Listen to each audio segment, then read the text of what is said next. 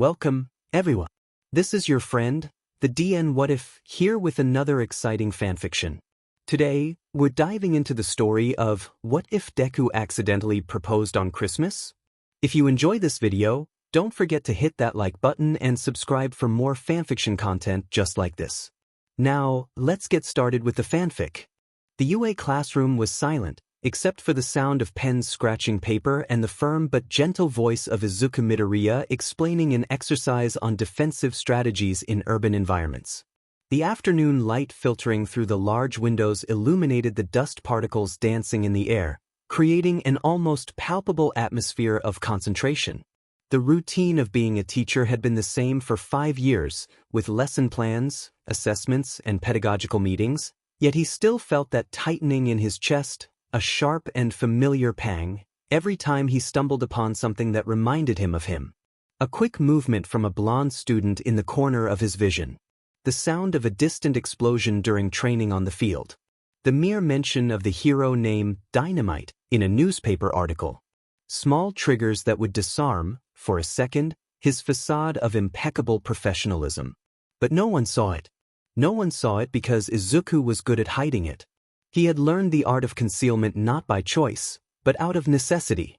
A quick smile, an adjustment of his glasses, a deeper dive into the explanation of the topic were his shields. He channeled the energy he once spent on tears or exaggerated smiles into his teaching, into the meticulous care for each student. It was exhausting, but it worked. Therefore, the priority in a structural collapse scenario with trapped civilians is not to neutralize the threat immediately, but to create a stable evacuation corridor, he explained, quickly drawing a diagram on the board. His green eyes, still so intense, scanned the room, making sure everyone was following. The hero needs to be the anchor point, literally and figuratively. All right, class, that's it for today, he concluded, smiling with genuine satisfaction at seeing the attentive faces.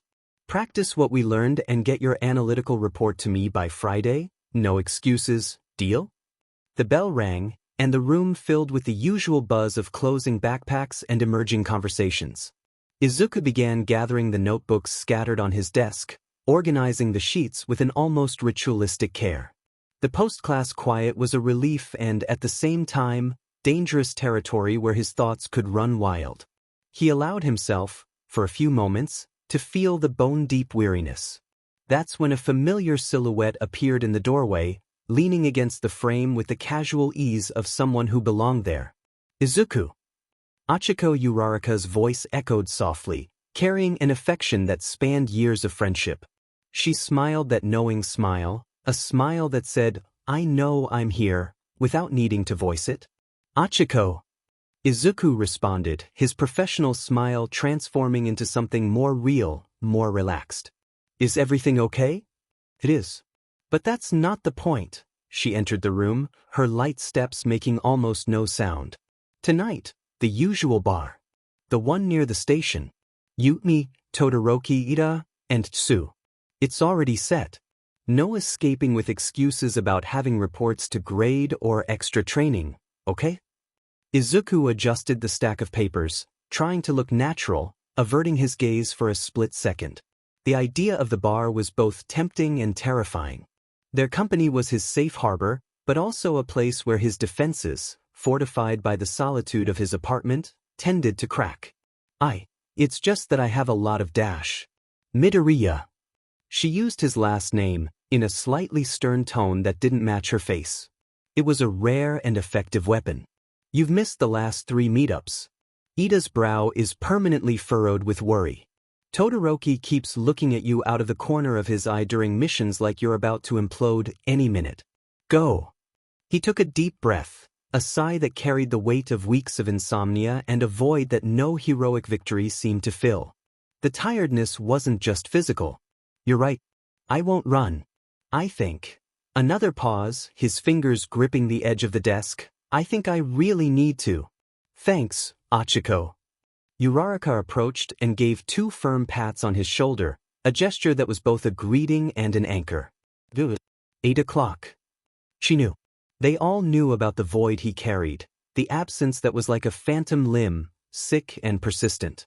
But no one mentioned it because they had all learned, the hard way, that Izuku would explode emotionally just like he did physically when using One for All, with an overwhelming, catastrophic, and self-destructive intensity. It was better to carefully skirt the abyss than to cause a collapse. The Blazing Frost Bar, 8:47 p.m.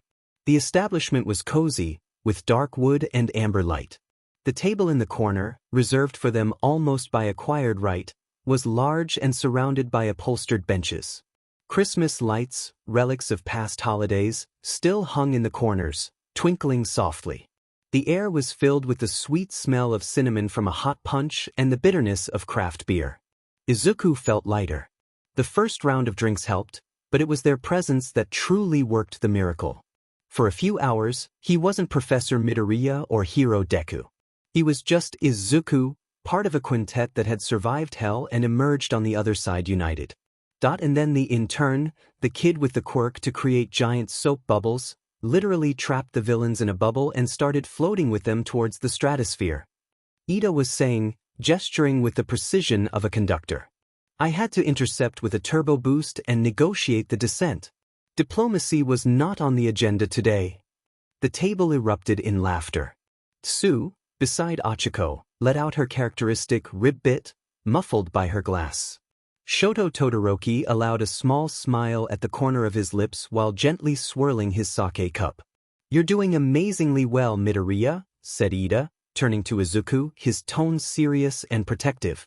Your performance in the B-rank missions is admirable, and your mental health seems stable. It's admirable how you balance everything. I agree, Ribbit, Tsu added, her head slightly tilted, her large analytical eyes fixed on him. You seem more centered. You just need to stop being as tense as a rock on our shoulders during combined rescue ops. Relax a little, Izuku. Trust us. Everyone laughed, and the laughter was like a collective hug. Izuku felt a knot of gratitude in his throat. And in an attempt to drown that knot before it turned into something more embarrassing, he drank. He drank more than he should have. A shot of vodka here, a strong beer there. Alcohol was a dangerous social lubricant. It loosened the tight bonds of the constant vigilance he kept over himself. More than he intended. The third beer disappeared quickly, and the world began to take on a softer, less threatening outline. More than his emotional state, always on the edge of a cliff, allowed. The barrier between internal thought and external speech began to crumble, brick by brick. So, Izuku's voice came out a bit slurred, his cheeks flushed from the alcohol and the warmth of the place. He raised his half-empty glass vaguely, as if making a toast to a ghost. I just want to know how he's doing, you know? Really? If he's eating right.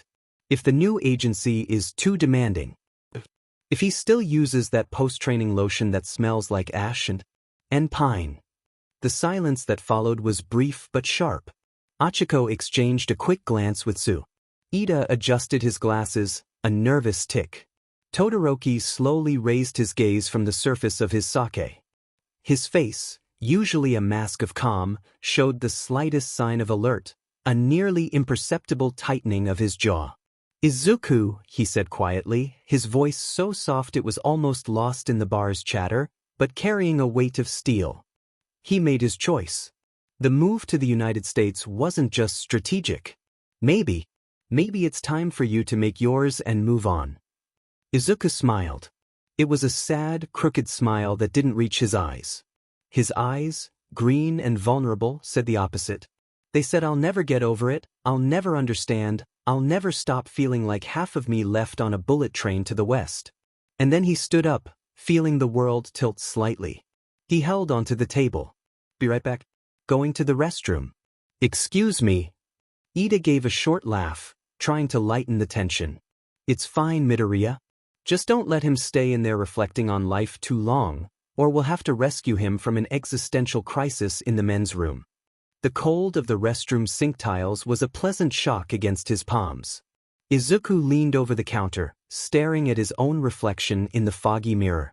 His face was red, his dark green hair messier than usual, his eyes glassy. His heart, however, was even hotter, beating with a painful, romantic insistence. as if trying to escape his chest and run the 400 kilometers that separated him from Katsuki Bakugo. The loneliness, amplified by the alcohol, was an insidious monster. He took his phone from his pocket. The screen lit up, blind and accusatory. His fingers, driven by a stupid and irresistible force, opened the messaging app. He scrolled until he found the contact. Katsuki. The last message, sent 8 months ago, was from him. Dry, objective, a watch the left flank during an agency-forced joint mission. The previous message, from 9 months ago, was from Izuku. A long, desperate, and never answered, "Can we talk, please?" Above it, the ominous symbol of an unanswered call. And above that, the normal, almost daily conversation from before the big fight. The chasm between those old messages and the recent ones hurt physically. He hesitated. His thumb hovered over the text field. The sober, tiny, and drowned-out part of his brain screamed to put the device away. But the booze, the longing, and a hint of childish provocation, "He'll have to answer me now." 1. And then, with autocorrect betraying him in every way possible, turning his emotional confusion into a monumental spelling error, Izuku typed. His fingers slipped, the letters scrambled, he erased and retyped, stubborn. The message ended up like this. "Merry Christmas, Kaken." He looked at the first word, his brain slowly processing the error. Merry was happy. Mary was merry. A chill ran down his spine, mixed with an absurd wave of heat from embarrassment. But it was too late. The impulse spoke louder. He continued, dumping into the text everything he had kept under lock and key. "I miss you. Much more than I should. Please come home soon." And he pressed send. The whoosh confirmation sound seemed the loudest in the world. He stared at the screen, the seconds dragging like centuries. 1, 2, 3, 4. No scene. No typing. Just the digital void, swallowing his drunken, poorly written confession.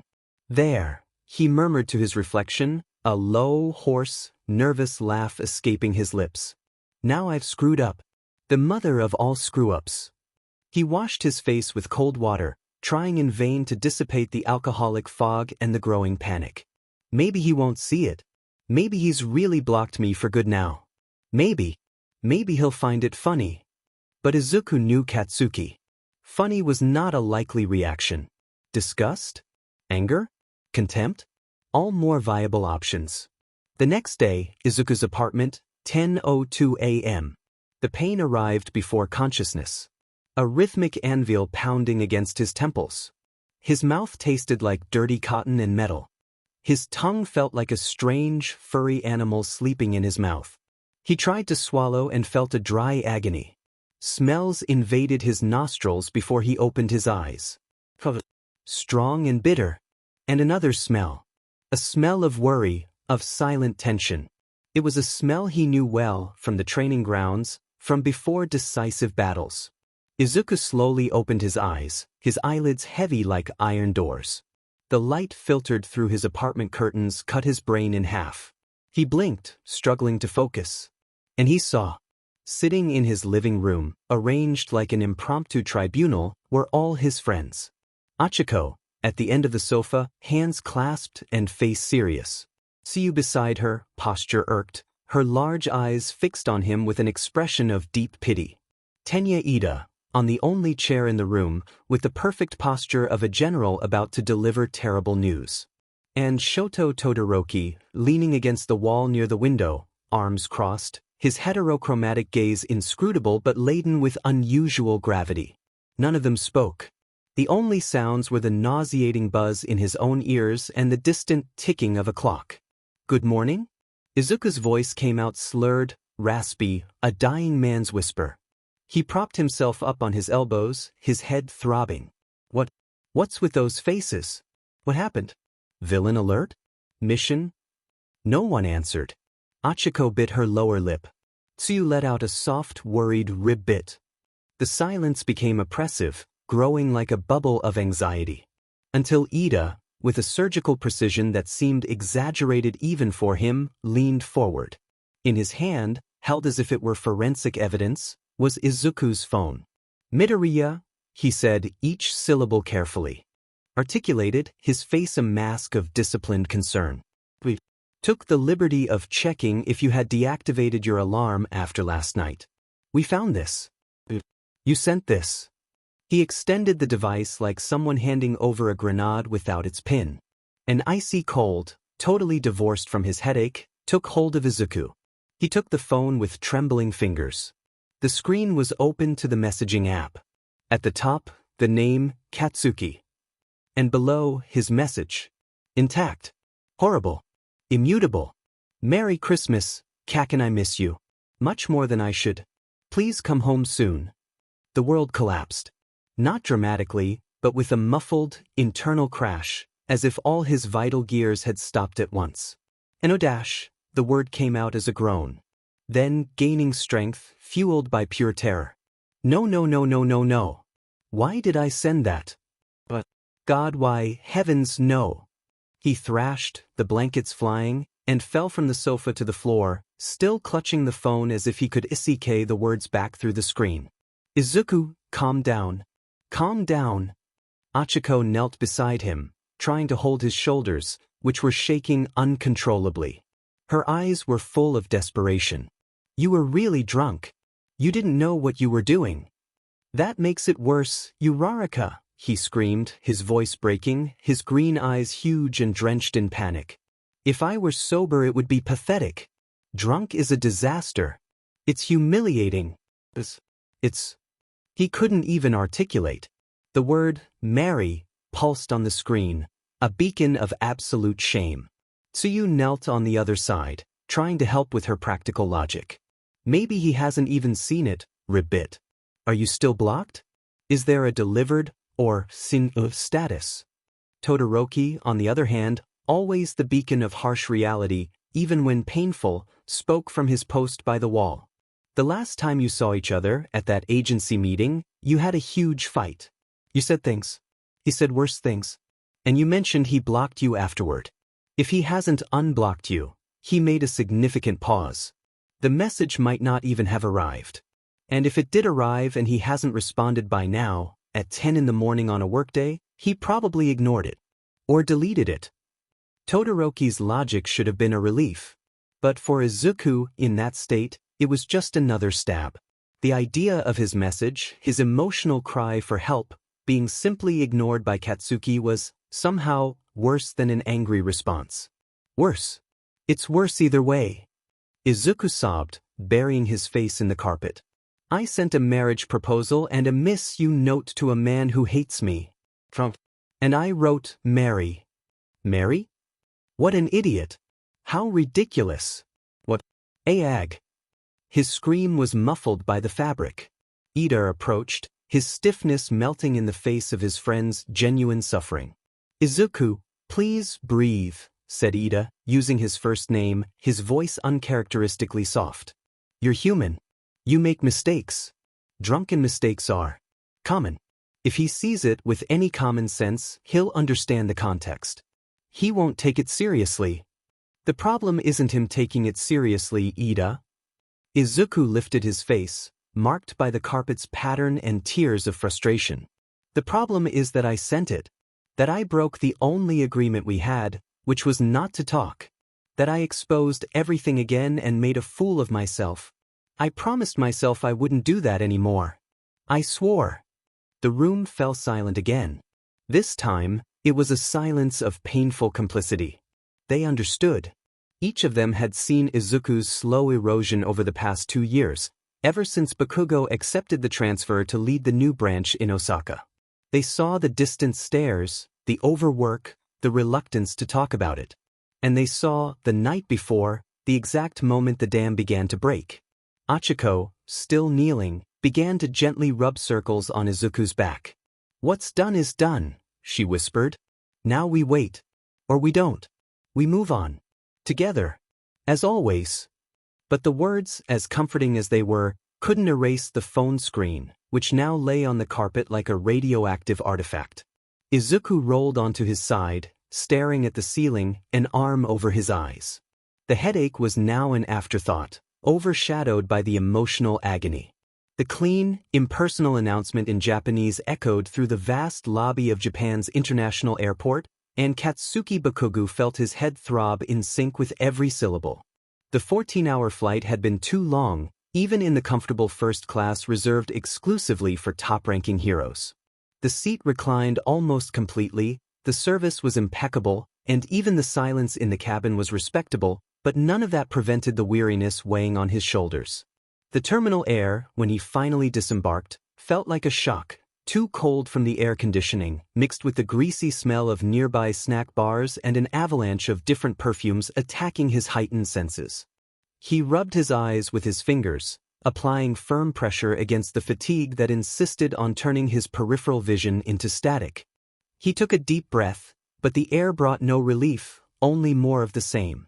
Then, with a brusque movement, he pulled up the sleeve of his black athletic jacket to look at the sturdy, explosion-proof wristwatch. His expression, naturally inclined towards irritation, hardened into something close to murderous. "Damn it, Kirishima," he growled through his teeth, his voice low, laden with that venomous familiarity that existed only between them. His phone was pressed against his ear, the call still connected. 5 minutes late has turned into 26. 26, you idiot. Can you count, or did traffic fry your brain? On the other end of the line, a reply far too cheerful for someone who was almost half an hour late. "Dude, relax." Kirishima's voice came through loud, muffled by some street noise. "Things went wrong here, there was a crazy traffic jam near the bridge and dash." "I don't care." "I said I didn't need you to come," Katsuki interrupted, curtly. "But now I'm standing here like an idiot in Zone 3B after a 14-hour flight. If you show up smiling, I'll blow your face off." The hero known as Dynamite stood planted near the designated pickup exit, a monument to ill will. The hood of his jacket was thrown up in a futile attempt to contain the messy, spiky blonde of his hair, still disheveled after hours compressed against the airplane seat. A worn military backpack hung from one shoulder, while 3 sturdy black suitcases piled up beside him, 2 of them reserved solely for his hero costume. And support gear. It was too much stuff. Too much weight. A constant reminder that he had overpacked, and irritation pulsed each time he had to dodge someone in the narrow corridor. "Yeah, you said you didn't need me," Kirishima retorted, trying to keep his tone light. "But I said I was coming to get you anyway. It's your triumphant return." Katsuki let out a short, humorless laugh. "Triumphant, huh?" he murmured, running a hand over his tired face. "I'm feeling like a real king here, waiting like a fool in the middle of this airport hell." He took a deep breath, the terminal's recycled air burning his lungs. Too cold from the air conditioning, mixed with the greasy smell of the snack bars and an irritating blend of strong perfumes that attacked his heightened senses. People passed in waves. Executives with deep dark circles, families with children crying from exhaustion, couples laughing, oblivious to the chaos around them. "Look, I'm 10 minutes away," Kirishima insisted. "I swear. For real this time." "You said that 15 minutes ago," Katsuki shot back. He crossed his arms tightly against his chest, muscles tensed. "I told you I didn't need you to come, damn it." But no. The spirit of friendship had to insist. "No way, man, I'll be there." "Hey, I missed you." His friend's voice came quieter now. "Everyone did." Katsuki clenched his jaw. He didn't want to be so irritated that he knew that.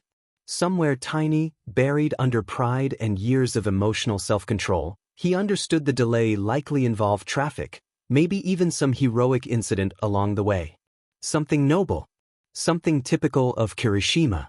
But post-flight fatigue was eating away at his patience like acid. And it wasn't just physical tiredness. It was a weariness of soul. Months away from a place that, against all his logic, still smelled like home. Mizudafu. The city's specific chaos. The taste of cheap ramen near the old agency. The silence of his own empty apartment. And other silences. Deeper ones. More dangerous ones. "Just get here," he murmured finally, his voice lower, "before I change my mind and get back on the plane." On the other end, Kirishima laughed. "Hang in there, Bakubro. I'm coming." The call dropped. Katsuki lowered his phone slowly, his tired red eyes scanning the corridor, now bustling again. Every flight announcement, every loud laugh, every suitcase dragged across the shiny floor hit like a hammer against his temples. He hated airports. He hated transitions. And he hated the fact that, even so, his heart was racing from being back. He ended the call with an irritated tap on the screen, shoving his phone into his jacket pocket as if that could also silence the turmoil in his chest.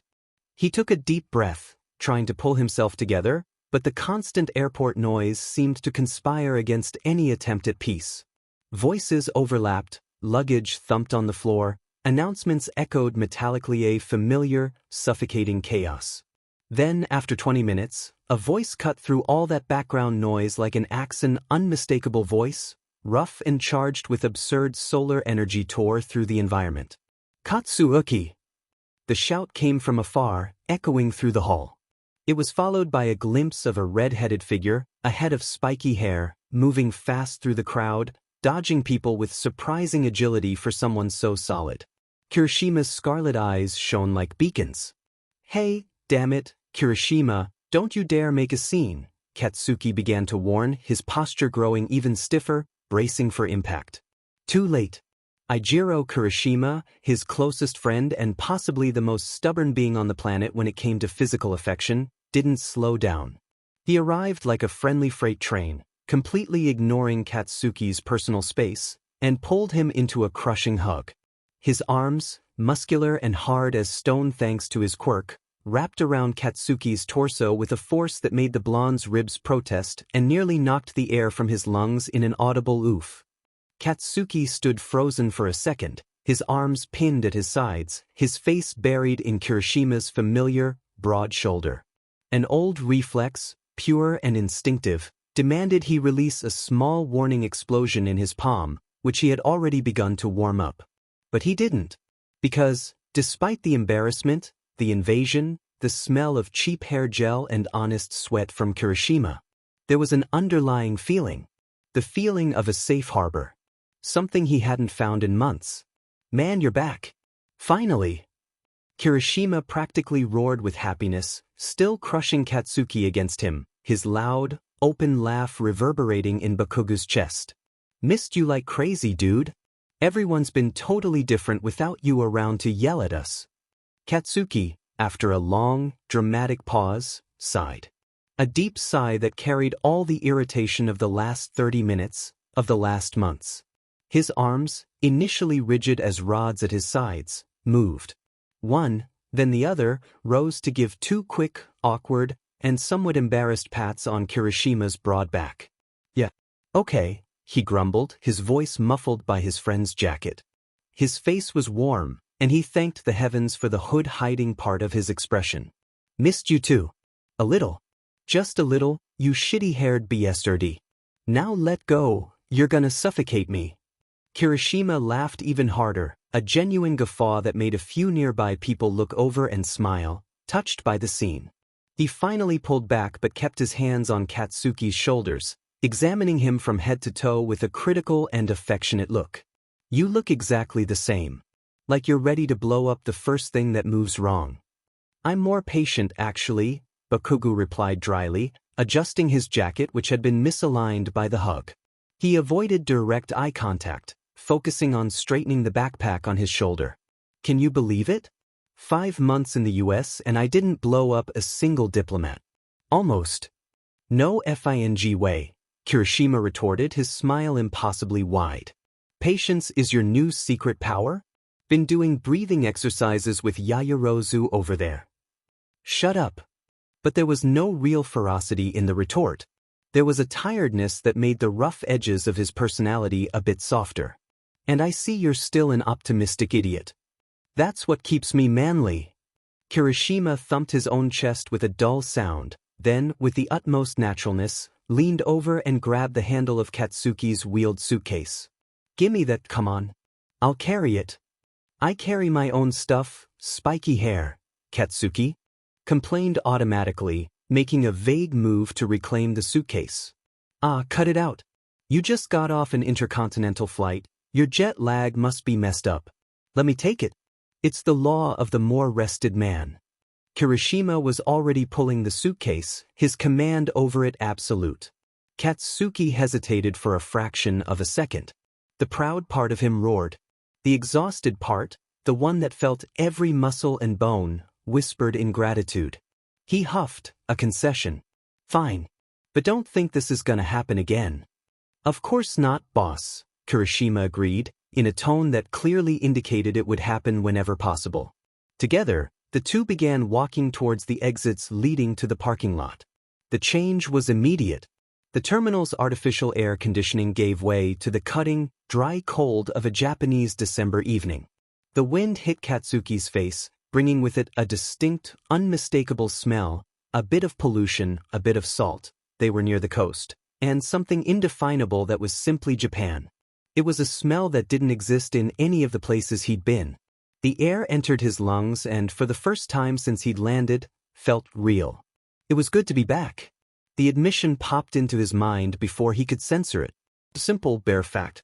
Even if it hurt a little to admit, even if it came with a tangled ball of complications and memories he'd rather keep locked away. Kirishima led him to a sturdy, high-end Jeep, modern and impeccably maintained, the kind of expensive vehicle that didn't draw attention at first glance but revealed investment and care in every detail.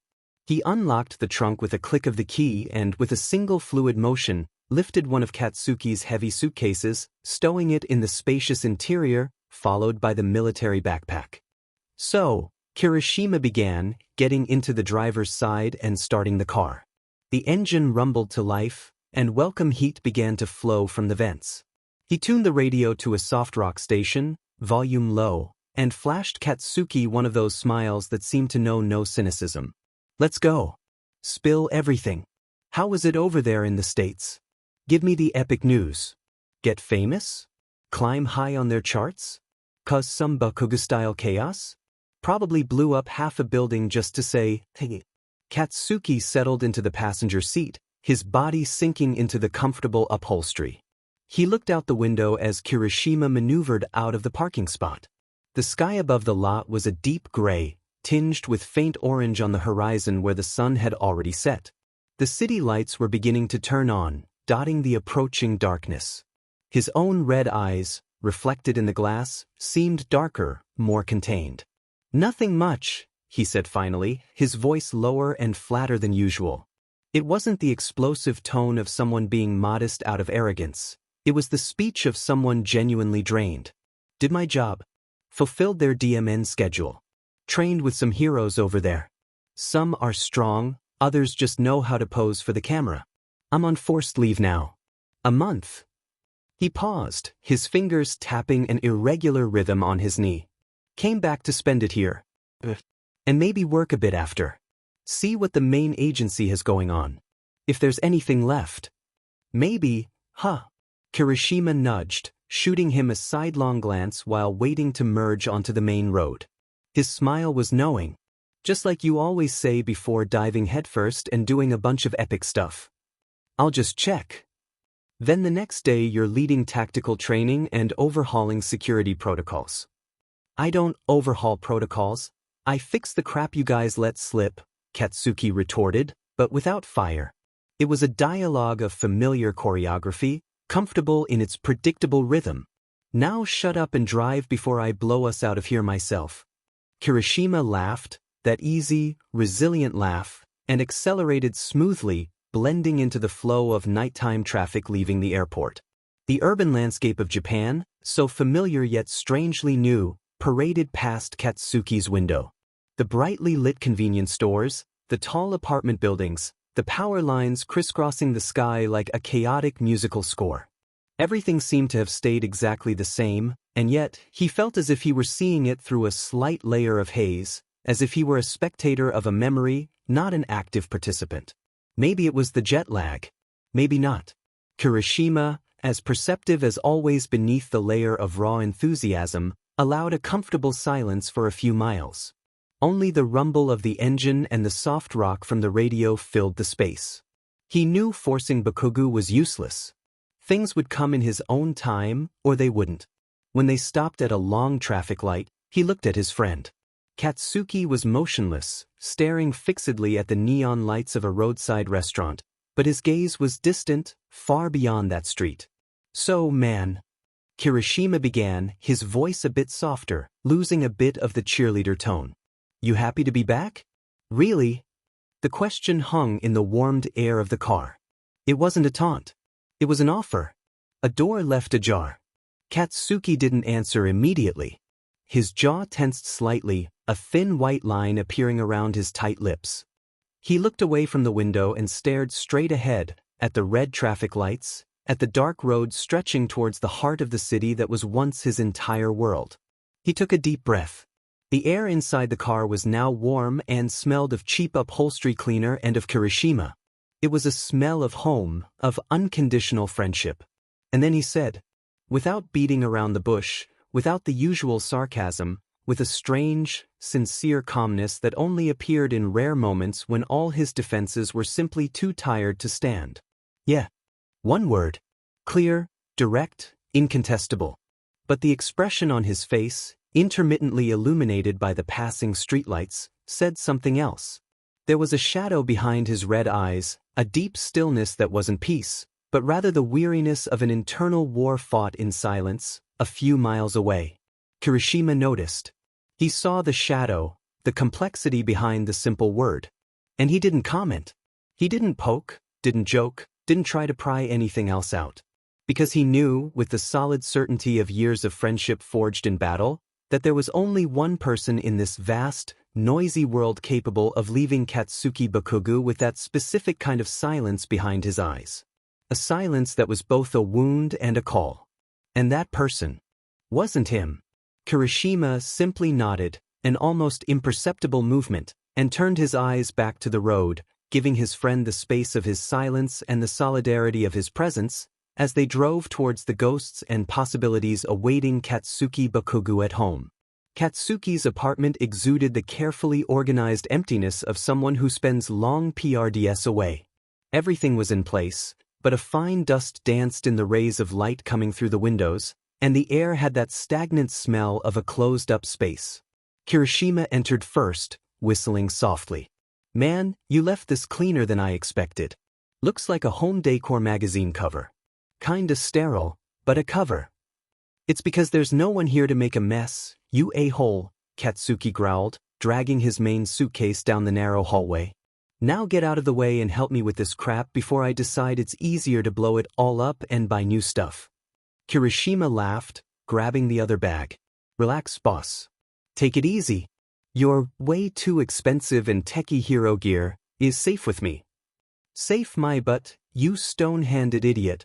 If you so much as tear a single thread of that heat-resistant fabric, I'll use you as a nail file." Katsuki yelled, but his tone was more performative than truly furious. It was a ritual. Kirishima knew, and he knew Kirishima knew. They were in the middle of unpacking the larger suitcase with Katsuki supervising with a hawk's eye, Kirishima trying not to fold anything the wrong way, when the doorbell rang. Katsuki froze, a black t-shirt still in his hand. "Who the hell is that at this hour?"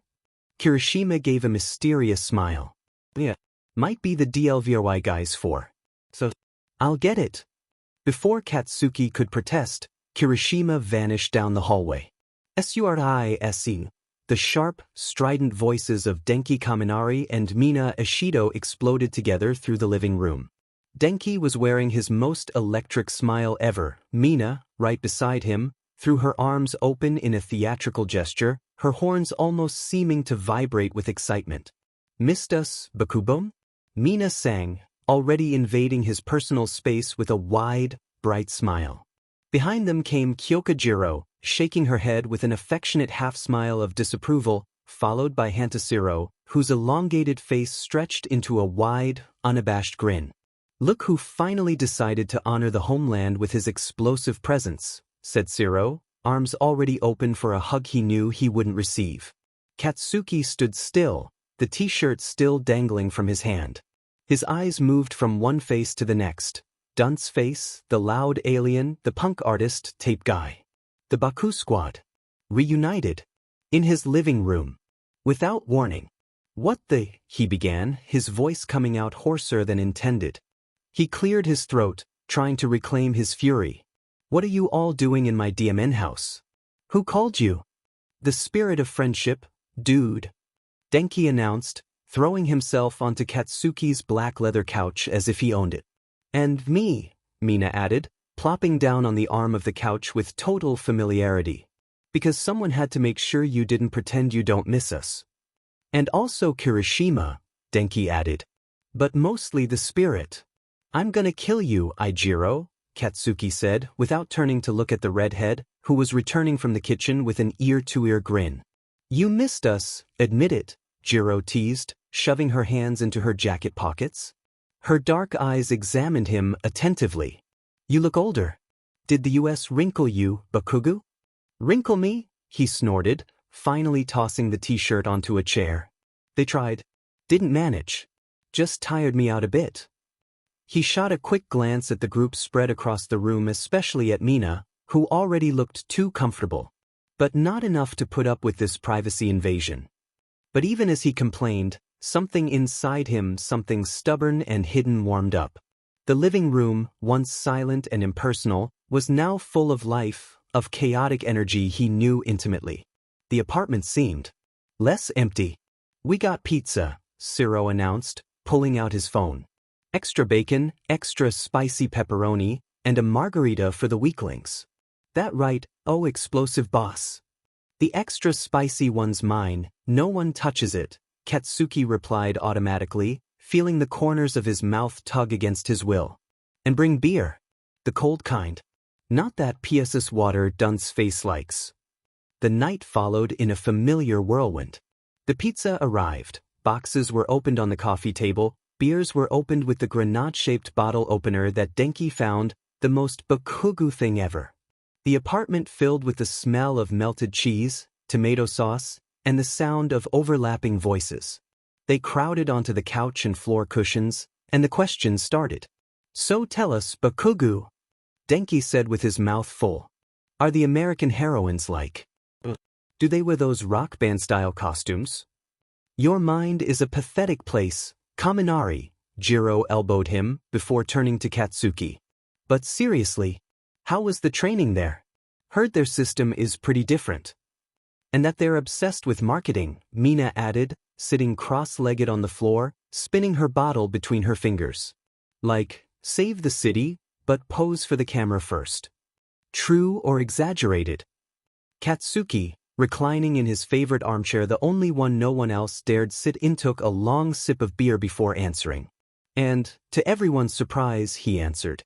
Not with monosyllables, but with precise descriptions, sharp critiques of tactics he considered inferior, and a summarized yet vivid account of a few fights. That's so the guy thinks just because he can become giant, he's unbeatable.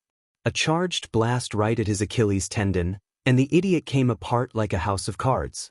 Basic. Brutal, Ciro laughed, shaking his head. But did you learn anything? Something we don't know. Something we can use here. Mina finished, leaning forward, genuinely interested. Or was it just punches, explosions, and inflated ego? Katsuki paused, his red eyes fixed on the beer bottle label. I learned they yell a lot. Oh my god, for everything. It's annoying. He took another sip. But the way some of them integrate tech support into the costumes. Not totally stupid. Could steal an idea or two. Look at that, Mina smiled, raising an eyebrow. Bakugu admitting someone outside Japan isn't completely useless. This is historic. Mark the date, Denki said, dramatic. This moment deserves to be remembered. It was a good night. A normal night. Denki's laughter, Jiro's sharp comments, Mina's lively teasing, Ciro's funny stories about agency mix-ups, Kirishima's solid, constant presence. Katsuki found himself relaxing, his shoulders losing some of the tension he'd carried since the plane. For hours, he didn't think about rankings, transfers, painful absences. It was just him and his idiot friends. Like old times. And at no point did he check his phone. The device had been left in the backpack, uncharged, a forgotten artifact from the outside world. Until the beer ran out. It's dry in here, Katsuki complained, shaking the empty bottle. The kitchen stock is mine. Don't touch my stuff. He got up, feeling a pleasant lightness from the drink, and headed to the small, immaculate kitchen. He opened the refrigerator, lit by a cold light, and grabbed a few more bottles. That's when his backpack, leaning against the counter, caught his attention. With a grunt, he pulled out the charger, plugged his phone into a nearby outlet, and pressed the power button. While the black screen gave way to the manufacturer's logo, he opened another beer with his teeth, an old habit. The phone vibrated, and a series of endless notifications began to appear, emails from the American agency, messages from professional contacts, app updates. The digital noise of his life. He was scrolling disinterestedly, planning to mute it all, when his eyes landed on a specific name in the messaging app's notification list. Midoriya Izuku. Katsuki's heart gave a lurch, a strong, erratic beat that echoed in his ears. His blood seemed to simultaneously heat up and cool down. The beer bottle stopped halfway to his lips. With fingers that suddenly felt clumsy, he tapped the notification. The app opened, directly to the conversation. The last visible message was his own, curt and professional, from months ago. And below it, a new message. Received the previous night. Hours ago. The world around him, the voices in the living room, the hum of the fridge, the very air faded into meaningless background noise. Everything narrowed down to the bright screen in his hands. He read, "Merry Christmas, Kaken Red Heart Collision, I miss you. Way more than I should. Come home soon." Katsuki stopped breathing. His eyes scanned the message again. And again. Mary. The heart. The explosion. The declaration of missing. The plea. Come home. A storm of conflicting emotions exploded inside him, as violent as any of his explosions. It wasn't anger, he didn't have that right. The memory of their ugly fight came back whole, mercilessly, his harsh words, thrown like knives with no takebacks, the look in Izuku's eyes slowly dimming, his own cowardly decision to run away instead of fixing things. What was there was confusion. Mary? Autocorrect? Drunk fingers? Or a thought that slipped out unfiltered? But beneath the confusion, sprouting like a stubborn weed through cracked concrete, was something else. An unexpected warmth. An overwhelming relief. A happiness so intense and sudden it hurt in his chest. He misses me. The realization hit him full force, knocking the air from his lungs. He misses me way more than he should. Even after everything. Even after what I did. And, perhaps the most frightening thing of all, he still thought of him Ashome. The weight of guilt mixed with that almost indecent relief, creating a bittersweet sensation Katsuki didn't know how to name. He didn't deserve that feeling, but it was there, pulsing, alive, impossible to ignore. And that, more than any anger, was what completely disoriented him.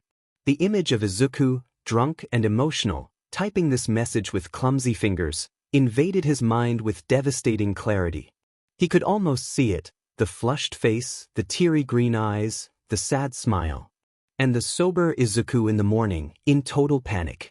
The scene was so vivid it hurt.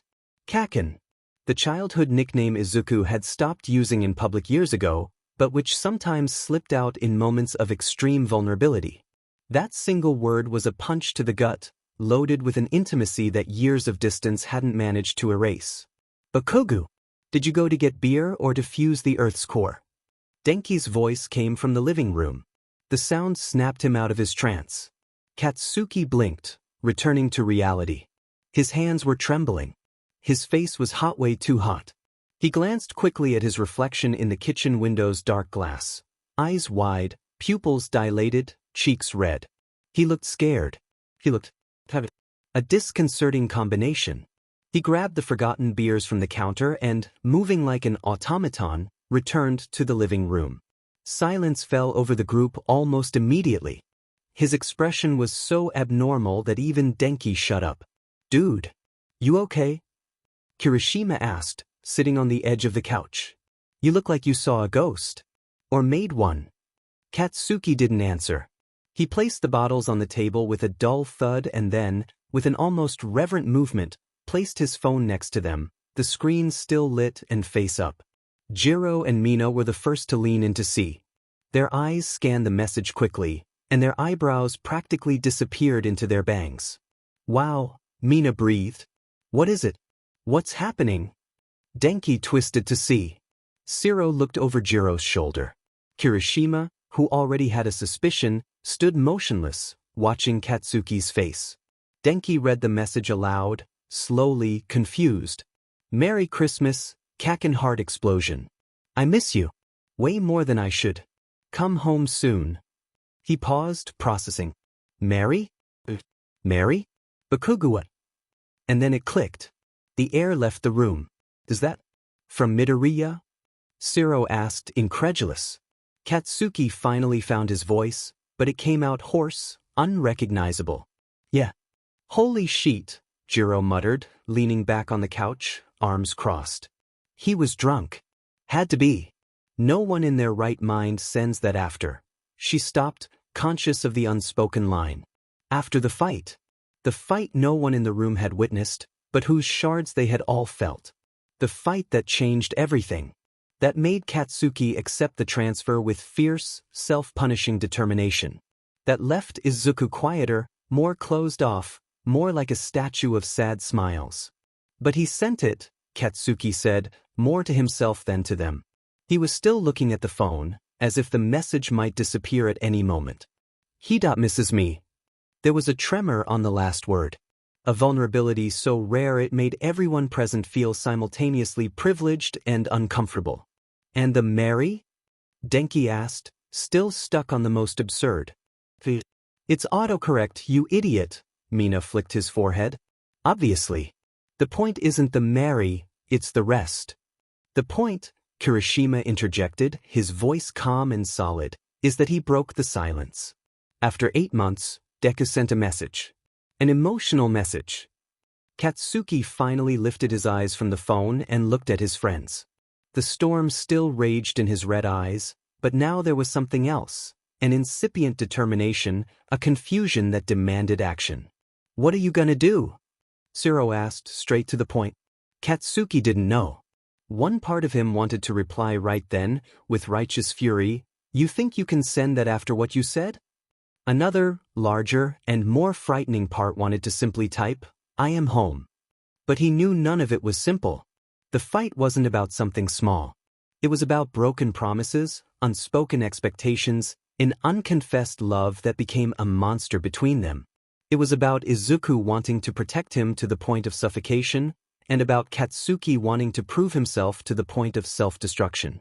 There were words like suffocating and stubborn, and you don't trust me, and you won't let yourself be cared for. Wounds that needed more than a drunk text to heal. And yet, it was a message. It was a thread, tenuous and tangled, reconnecting two worlds that had been orbiting separately in agonizing silence. I don't know, he finally answered.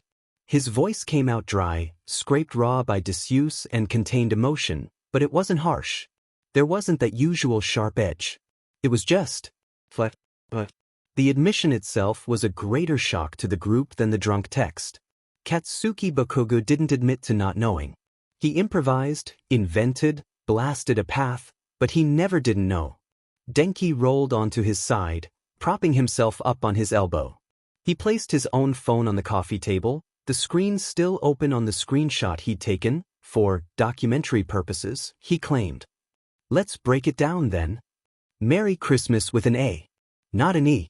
A as in marriage. Dude, do you think Midoriya, in his boozy genius, confused you with Santa Claus or the registry office? Because those are two very different figures, okay?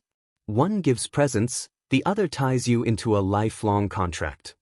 Katsuki didn't react to the provocation. He just kept staring into space. He was drunk, Denki. Even a brain full of superpowered green synapses melts with enough vodka, Jiro retorted, rolling her eyes, but her voice was soft. She pulled out one of her jacks and began twisting it around her finger, a thoughtful gesture. And it's not about the typo. It's about what came after. I miss you. Way more than I should. Come home soon. That right there is pure longing dripping off the screen. You can see it, smell it, taste it. Can't pretend otherwise. Katsuki took a deep breath, a rough sound that seemed to tear through the quiet air. The irritation that always drove him, that was his fuel and his armor, began to boil again. But it wasn't directed at them. It was directed at the world, at fate, at himself. It was a tired anger, frustrated with the persistent ache and with the treacherous relief sweet and sharp as a knife that Izuku's message had brought. The very existence of that message was a paradox his brain, trained for combat logic, couldn't process. "This doesn't change anything," he said, his voice a bit stronger, but laden with a bitterness that made them all go quiet. He ran a hand over his face, rubbing the stubble on his chin. The action was weary, defeated. "It doesn't erase what came before. We had an ugly fight. It wasn't a hero disagreement, not some stupid argument about tactics. It was." He closed his eyes for a second, as if seeing the scene projected on his eyelids. "It was ugly. I was exhausted, he was worried down to the last strand of hair, and we started firing words like grenades. And his voice wavered, broke for an imperceptible fraction, that I said horrible things to him. Things he didn't deserve to hear in my worst nightmares." He looked destroyed. Stopped talking. Just looked at me with those huge green eyes, and it was like I'd turned the light off inside him. I saw it on his face. Saw the thing breaking. And I didn't stop. I kept going because if I stopped, I'd have to face what I was doing. A heavy silence, dense as lead, fell over the room. Denki lay still on the rug, his smile completely gone. Jiro stopped fiddling with her jack, fingers frozen in midair. Shiro sat absolutely still in the armchair. Kyoka watched Katsuki, her face a mix of pity and painful understanding. Kirishima just closed his eyes for a moment, as if feeling his friend's pain physically. Shiro was the first to recover, clearing his throat softly. He leaned forward on the sofa's armrests, his serious gaze fixed on Katsuki. Do you think because of that he doesn't want to see you? That the message was just a drunk slip and that deep down he hates you?" Katsuki finally looked up, but not at Shiro. He stared at the beer can in his hand as if the aluminum contained all the answers to humanity's mistakes. "I think that." He swallowed dryly, his voice reduced to a raspy whisper. "I think I don't deserve for him to want me. I broke the whole thing in half. I gave him the perfect excuse to cut me out of his life. The transfer to Osaka. It wasn't just strategic. It was an escape. My escape. And I left him there, holding the pieces." The admission echoed in the room, so raw and vulnerable it almost seemed like a physical object. Katsuki Bakugo didn't talk about feelings. Not like this. Not exposing his emotional guts. This was uncharted territory, and everyone present knew they were witnessing something rare and fragile. Mina furrowed her brow, her pink lips forming a thin line of disapproval not at him, but at his conclusion. "Hey, cut that out. None of this, I don't deserve a talk." She leaned forward, her voice losing its usual melody and gaining a steel firmness. "Did you mess up? You did. Big, stinky, explosive mess. But you know that now. You carry it. You regret it. And that, Bakugo, matters FNG lot. Most people who mess up don't even admit it to themselves. You not only admitted it, you're here almost coming apart with guilt. That's a start. It's not a PRD." Jiro agreed with a slow nod, her dark eyes fixed on him with surprising empathy. "She's right. Hurting someone you love is never pretty. It's ugly, it's dirty, it hurts everyone." She paused, choosing her words carefully. "But running away after. The dust settles. Letting the wound fester in silence. That's worse. It's cowardly. And you might be many things, Bakugo, but a coward isn't one of them." Katsuki looked up at her, a spark of his usual defensiveness lighting in his gaze. "I didn't run out of cowardice. I ran to give space. For him to breathe away from me." "And did it work?" Shiro asked bluntly. "Did he breathe? Or did he just hold his breath waiting for you to come back?"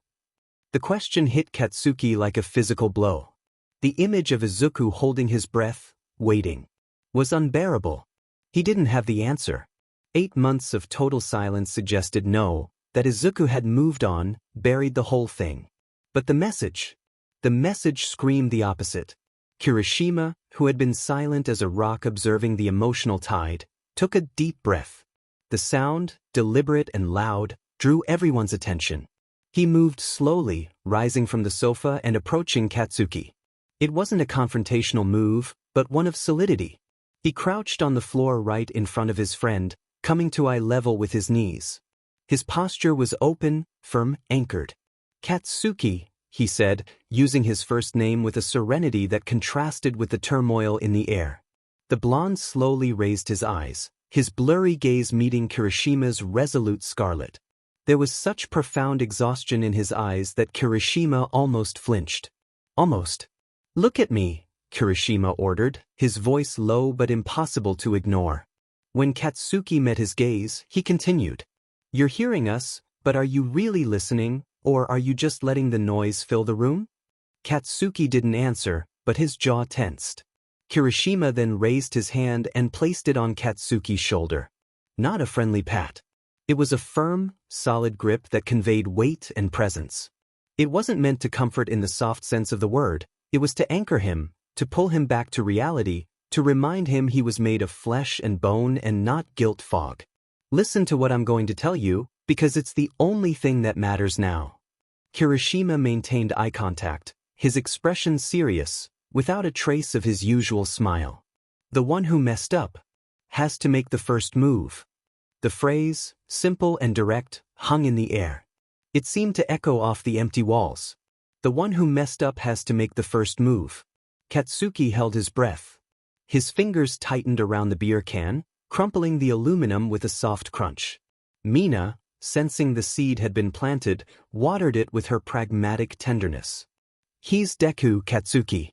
His heart is the size of a stadium and it's made of forgiveness and stubborn hope. He'll listen. For sure. But he'll only hear," she emphasized the word, "if you show, with everything you are, that you're truly sorry.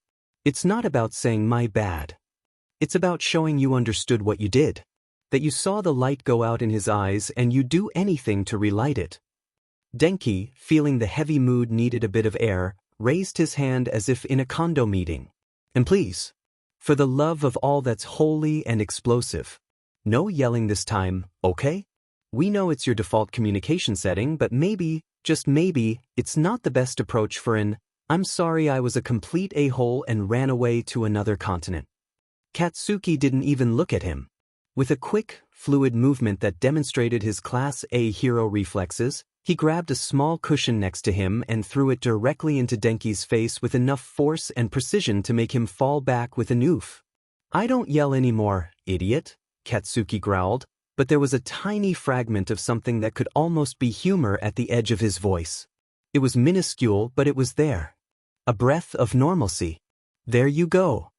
Zero nudged, pointing at him with his chin, a smile reappearing on his face. "See? He grew. He's a different person. Bakugo 2.0, now with 20% less verbal explosions and 100% more painful self-criticism." Kirishima didn't get distracted. His grip on Katsuki's shoulder didn't loosen. He was digging for the central truth, the bedrock upon which any attempt at reconciliation would have to be built. "Bakugo," he said, switching back to the last name, bringing seriousness back.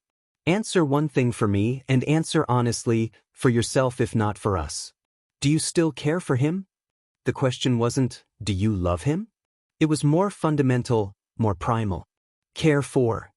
A verb that encompassed all the complexity between them.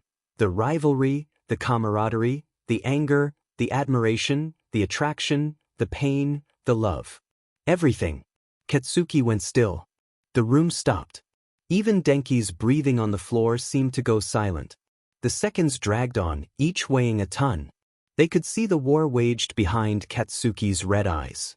Pride fighting truth, pain fighting hope, fear fighting the deep, constant desire that never, at any moment in all those years and all that distance, had truly extinguished. Finally, after an eternity, Katsuki's lips parted. The voice that came out was so low it was almost a breath, a secret whispered only to the air between him and Kirishima. But in the silent room, they all heard. "I've always loved him."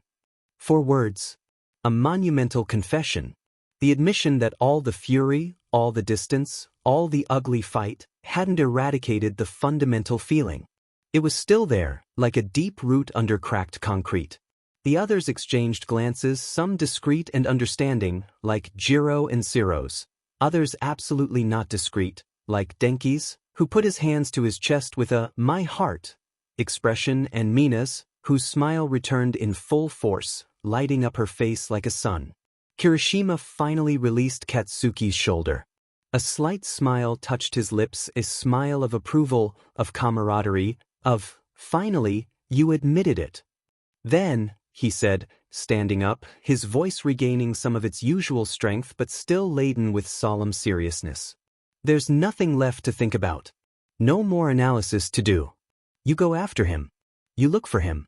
Today, tomorrow, as soon as you can face it. Before he thinks you saw the message, laughed, and gave up for good. Before his drunk shame turns into certainty that you don't want anything. You go." Mina jumped to her feet, her contagious energy filling the space again. "Yes. Thank you, Mr. Injured and Stubborn Ego, for finally making a decision that doesn't involve blowing something up or fleeing to another country. Let's celebrate." She grabbed a beer from the table and raised it. Jiro smiled from the corner, a genuine and somewhat relieved smile. "Izuku deserves a decent apology. An honest one. The kind that comes from here." She pointed to her own chest. "And you," Kirishima added, looking firmly at Katsuki, "you deserve to stop suffering and punishing yourself. You deserve a chance to fix things. You deserve to be happy, Diamante. That's what we want for you." Katsuki looked at each of them, at Kirishima, the pillar, at Mina, the catalyst, at Jiro, the realist with a soft heart, at Ciro, the quiet support, at Denki, the necessary comic relief. They were there. They always had been. Even when he was unbearable. Especially when he was unbearable. They saw through him, saw the mess, and yet they were there, not to fix him but to point him towards the toolbox. A slow but solid determination began to replace the fog of confusion in his eyes. It wasn't the blind fury of before. It was something colder, deeper. A resolution. He placed the crushed beer can on the table with a decisive click. He reached out, grabbed another still-sealed bottle from the case on the floor, opened it with a quick thumb flick, ignoring the opener, and took a long swallow. The cold liquid went down his throat, washing away some of the bitter taste of words and memories. Then he murmured, softly, more to himself than to them, but they all heard. "I'll do it right this time." It wasn't a bombastic promise. It wasn't a dramatic oath. It was a simple purpose. A declaration of intent. And coming from him, it was more powerful than any shout. The room seemed to collectively breathe. The tension, which had been so dense it was almost tangible, dissolved into something lighter, more hopeful. As if a huge weight had been shared and, now that it was carried by many, had become lighter. They knew the path ahead would be hard, full of emotional pitfalls and unspoken words.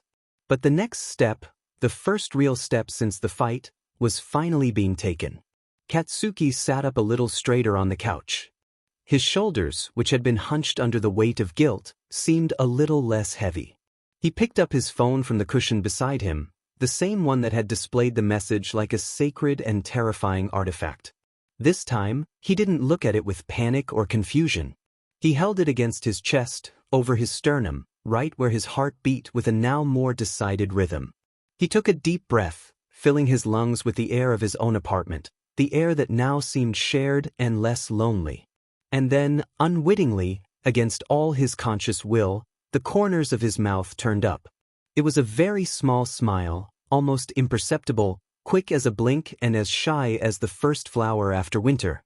But it was real. Not one of triumph or sarcasm. It was a pure, raw, and vulnerable smile of relief.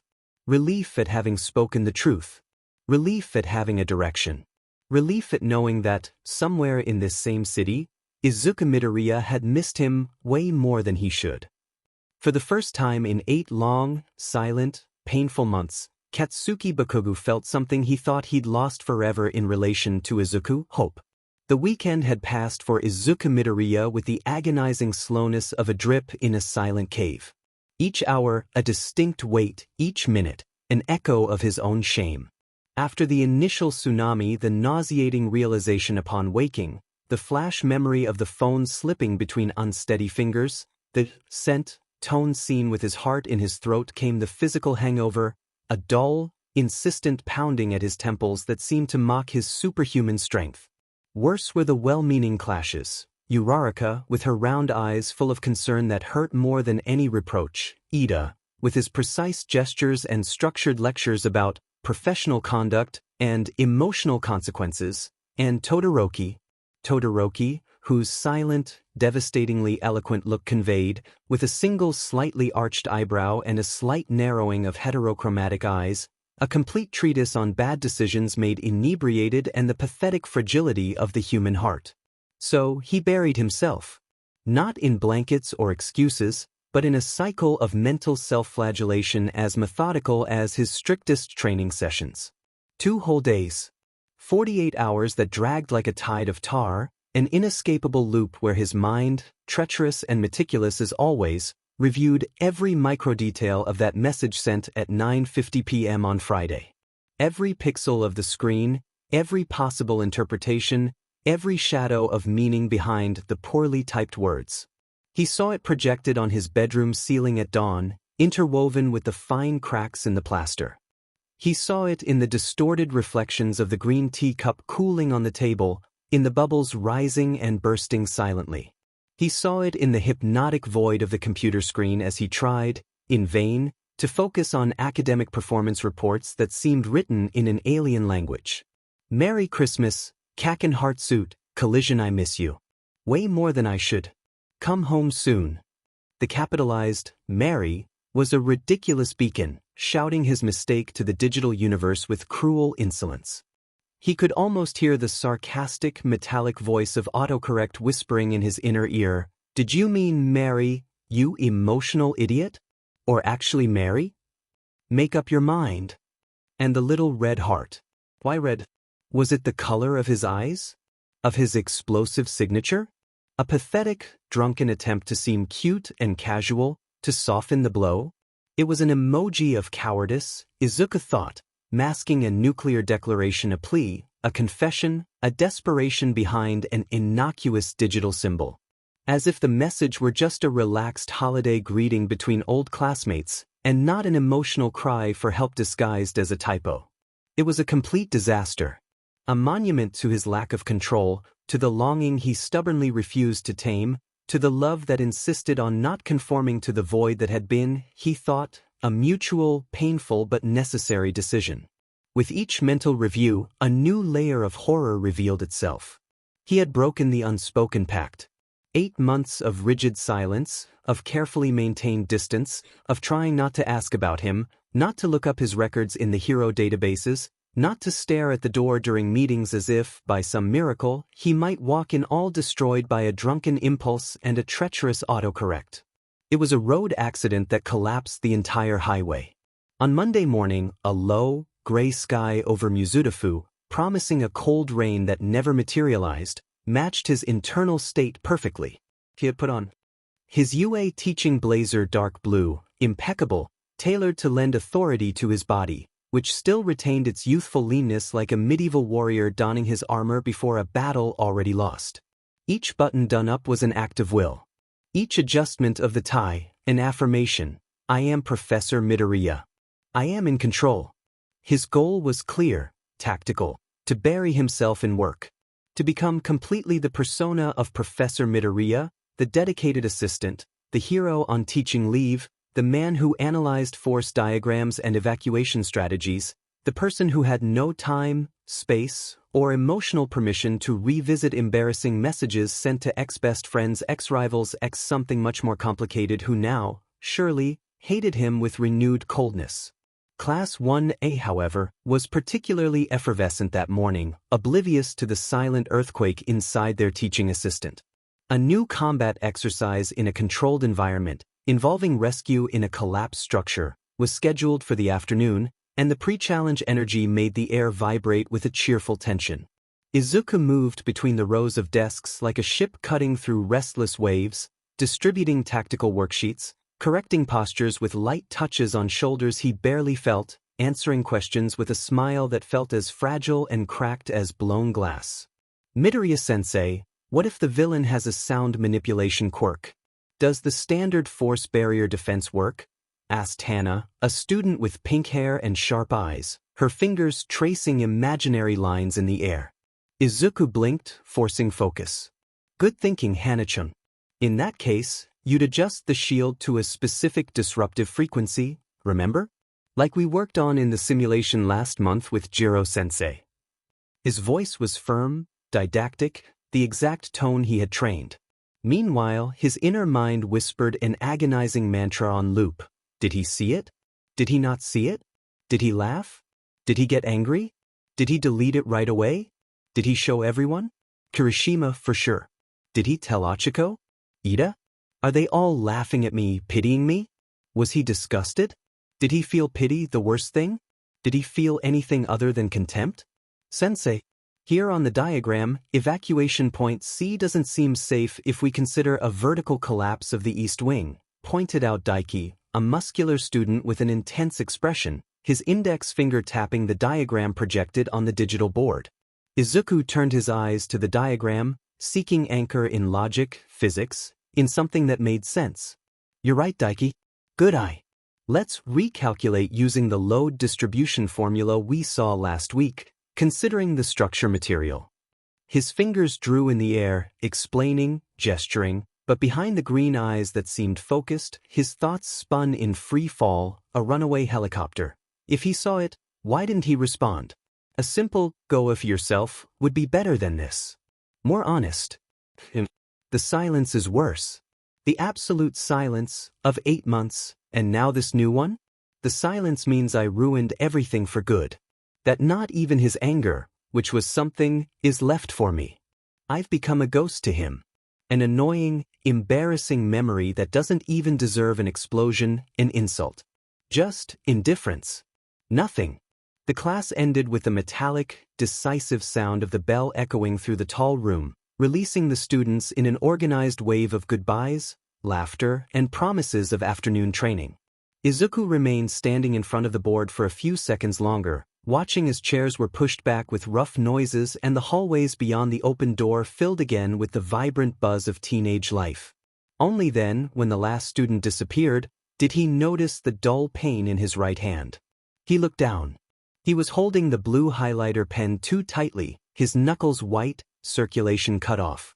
A thin plastic splinter had cracked the body of the object, a snaking line like blue lightning.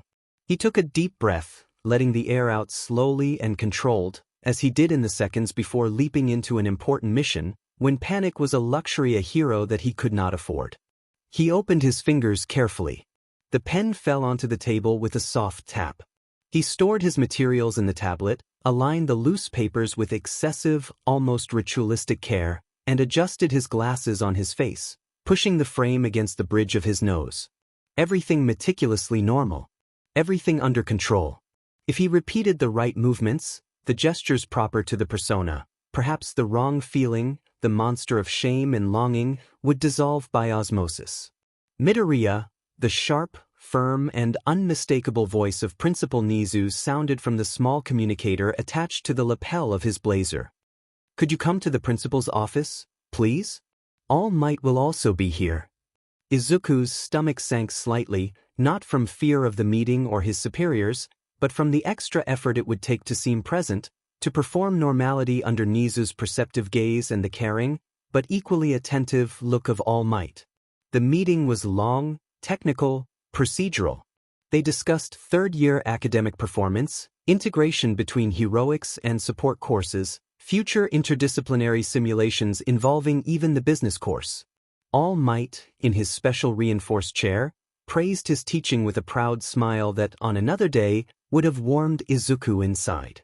Nizu, with his paws resting on the table, made sharp, intelligent observations as always, jumping from topic to topic with dizzying mental agility.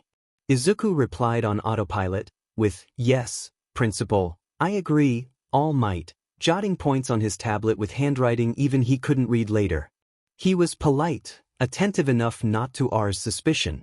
But his mind was a forced continuous play cinema, showing only one film on loop, the face of Katsuki Bakugo, in close-up, under the cold light of a cell phone screen, reading that stupid message. The expression his mind, in its cruelty, attributed to him was always one of absolute disdain, thin lips twisted in a grimace of disgust or, worse, utter boredom. It was this image that kept him awake in the dead hours of the night and now blurred his mentor's words, turning them into a distant background noise. When he was finally dismissed with a final nod from Nizu, the analog clock on the office wall showed nearly noon. The administrative building was quiet at that limbo hour most students were already heading to. The noisy cafeteria or the vast outdoor training grounds, where the echoes of quirks in practice were likely beginning to sound. Izuku left the principal's office with a heavy head, a thick fog of mental fatigue hanging over his senses like a damp veil. The silence of the administrative hallways was strange, almost oppressive after the constant buzz of the classroom wing.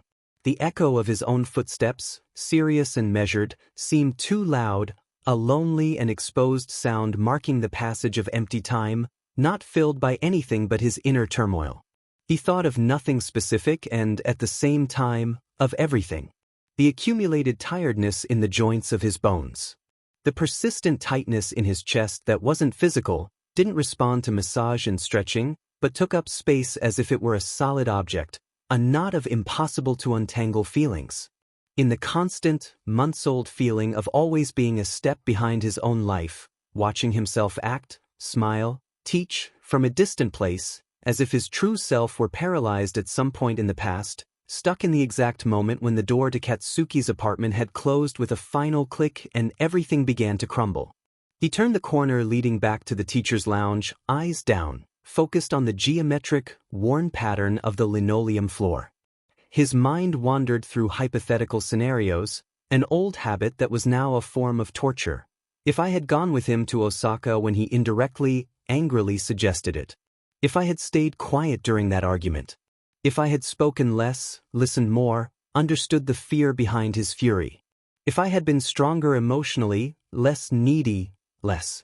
Izuku. If I didn't love him in a way that hurt so much, perhaps I could be just his friend, his rival, anything that didn't demand so much, that didn't scare him so much. And he bumped into someone. The impact was gentle, more a collision of shoulders and arms than anything violent, but enough to interrupt his blind path and make him stop, his balance slightly shaken. The smell was the first true alarm, not a perfume or cologne, but a visceral, unique, and unmistakable combination that hit his limbic system like an electric shock. The faintly sweet, metallic odor of nitroglycerin his skin produced, mixed with the clean sweat of a body in constant training, the neutral, woody fragrance of an expensive bar soap. He was always picky about that, and something more indescribable, deeply ingrained, that was simply Katsuki. A smell his body memory, wiser and more primitive than his conscious brain, recognized and reacted to before any thought could form. Sore, the word died before taking shape, strangled in the sudden, painful tightness of his throat. The air seemed to leave him. When he raised his face, slowly as if fearing what he would see, the world lost its axis. The solid floor beneath his feet seemed to tilt, becoming unstable. Time didn't freeze in a dramatic frame, it dissolved, losing all meaning, leaving only a dizzying vacuum of pure shock, so intense it was physical. Katsuki Bakugo was there. Standing. Not an image from memory or a ghost of his guilt. Of flesh, bone, and a dark hero uniform. Occupying the hallway not as a visitor or an intrusion, but with a presence so natural and dominant that it seemed he had always belonged in that space, that the months of absence had been just a brief detour, a navigational error now corrected. Izuku's heart took off with a violence that hurt, a dull, rapid, erratic thud against his ribs, so strong he almost brought his hand to his chest. It seemed to try to escape the bony cage, flee the confrontation. For a second that stretched into eternity, he simply didn't react. Didn't blink. The air, trapped in his lungs, burned.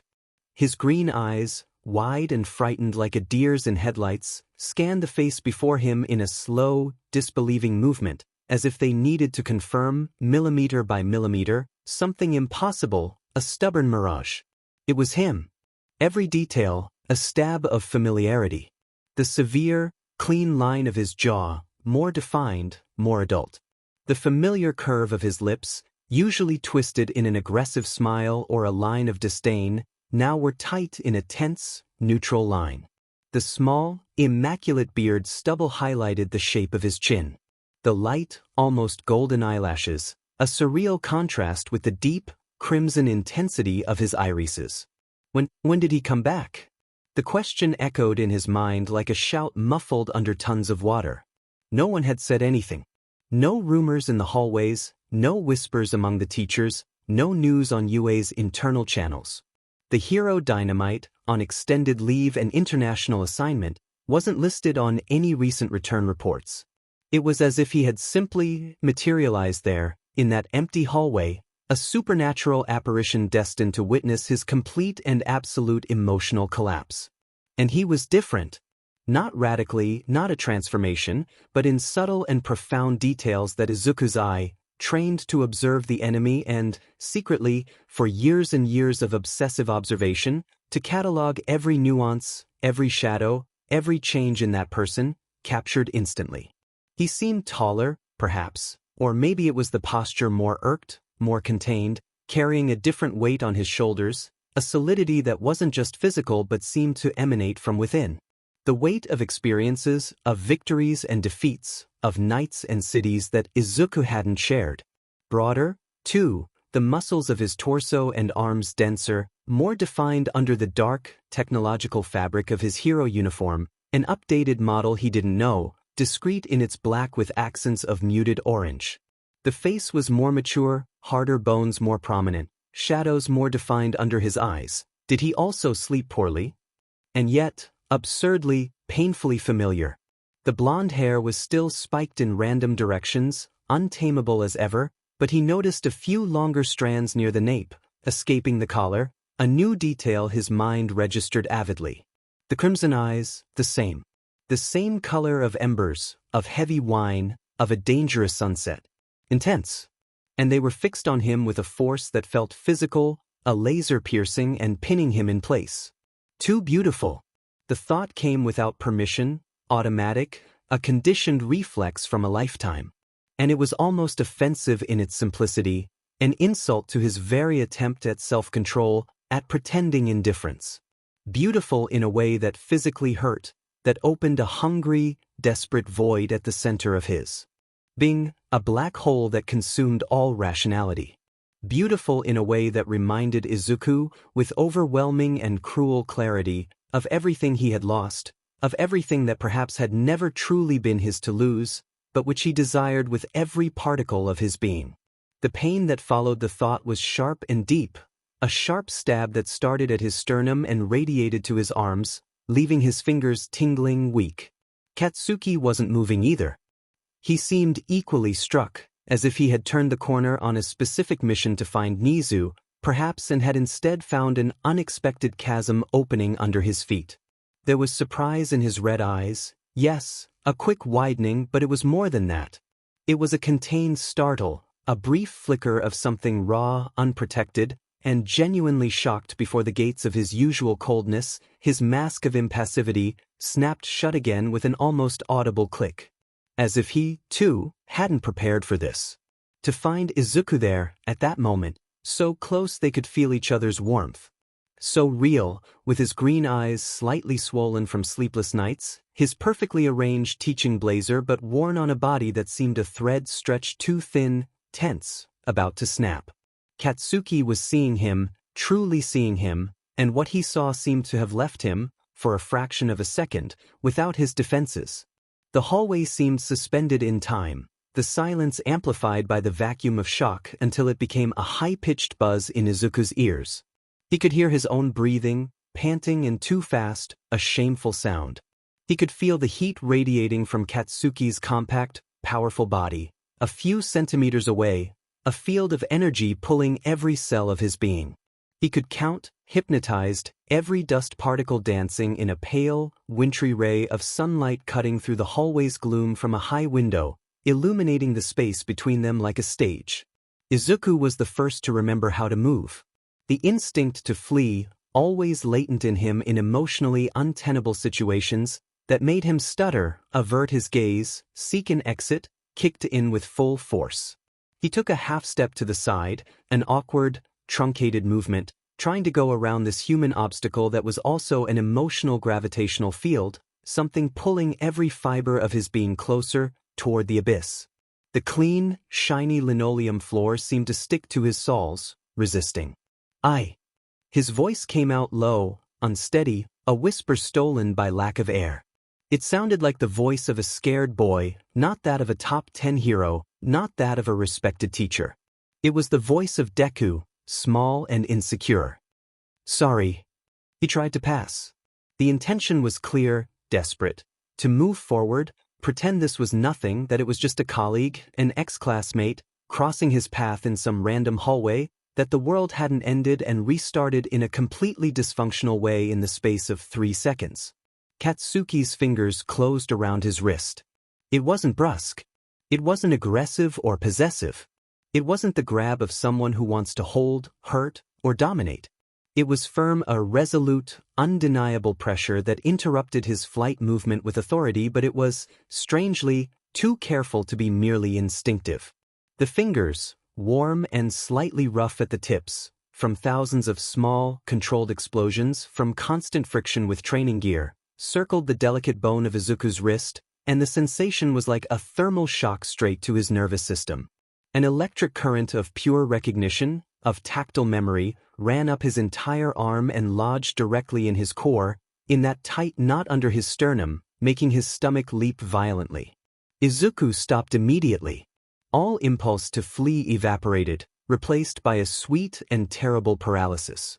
His muscles betrayed his brain, freezing under that touch.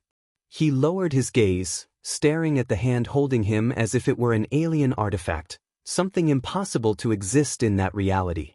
Katsuki's skin was paler than his, more translucent, blue veins visible under the surface at the wrist, knuckles prominent, joints marked. It was a strong hand, capable of immense destruction and surgical precision, and here it was, enveloping his wrist with a restraint that bordered on reverence, a touch that said, "Stop," without saying, "I'm holding you." Then, slowly, as if pulled by an invisible thread, he raised his gaze again to the red eyes before him. They were too close. Izuku could see the tiny golden and amber particles in Katsuki's crimson irises, like tiny embers. He could see the small worry lines, or was it extreme concentration, between his dark eyebrows, a fine furrow that wasn't there before. He could see the almost imperceptible tremor in the lower lip, a hint of vulnerability that split him in half. He could feel the warmth of his breath, a short, controlled, warm puff against his own skin. Katsuki's eyes didn't waver, didn't blink. They seemed fixed, hypnotized too. There was something there, seething under the smooth surface of his expression, a turbulent conflict, a stifled urgency, a genuine fear that Izuku had never associated with that person, Katsuki Bakugo, who faced titans without hesitation. Everything compressed into a silence that weighed tons, that sank into the hallway floor. His expression was a visible civil war, fought in micro-expressions, the usual ferocity, the habitual defensive posture, fighting something more vulnerable, softer, the arrogance and certainty giving way, at the corners of his eyes, to a deep, almost painful uncertainty. "Wait," he said. Just that. One word. 2 hoarse syllables, charged with an electric tension that made the still air between them vibrate. It wasn't an order, though the tone had the firmness of one. It wasn't a request, though there was a nuance of appeal in the roughness. It was a suspension, a desperate, unspoken plea for time, which insisted on flowing relentlessly to stop for just one more moment. For that instant of physical connection, fragile and unexpected, not to break. The word hung between them like an explosion that never happened, a promise of something that could be said, that needed to be said, but was trapped behind a thick barrier of pride, hurt, guilt, and fear, a barrier that not even Katsuki Bakugo, with all his explosive strength, seemed to know how to cross at that moment. 1,000 thoughts, images, sensations crossed Izuku's mind at once, a catastrophic collision of past, present, and hypothetical futures that left him dizzy. the memory of Katsuki's small, warm hands holding his as children, pulling him up after a fall in the park, their faces dirty with dirt and smiles. The vivid memory of the taste of blood and anger after one of their countless fights at school, fists clenched, eyes full with tears of frustration. The comforting feel of his shoulders leaning against his during silent night vigils, watching the city from the agency roof, mutual warmth shared without a word. The sound of his voice, broken and furious, in that final fight, in his apartment. You don't trust me. You think I'm weak, that I'll break. Your worry is just pity, Deku, pity in disguise. I don't need your veiled condemnation. And then the void. The physical distance that became emotional. The drunk, idiotic, desperate message. The abysmal silence that followed, worse than any shout. What wasn't said in that fight? What still hurt, an open, throbbing wound he carried like a brand. What he didn't know if he had the right to feel, now, with that warm, familiar hand closed around his wrist, after invading the fragile silence with his digital weakness. Fear returned, a sudden cold that arose at the center of the touch's warmth. The visceral fear of being rejected again, of seeing cold anger or contempt return to those red eyes. The fear that this closeness, this touch, was merely a prelude to another catastrophe, another round of cutting words that would separate them forever. The self-preservation instinct, which for months had merged with the need for punishment, to distance himself to avoid hurting or being hurt, spoke louder, with a shrill voice. I have to go, he murmured, and his voice sounded small, distant, as if belonging to someone else, a spectator of his own drama.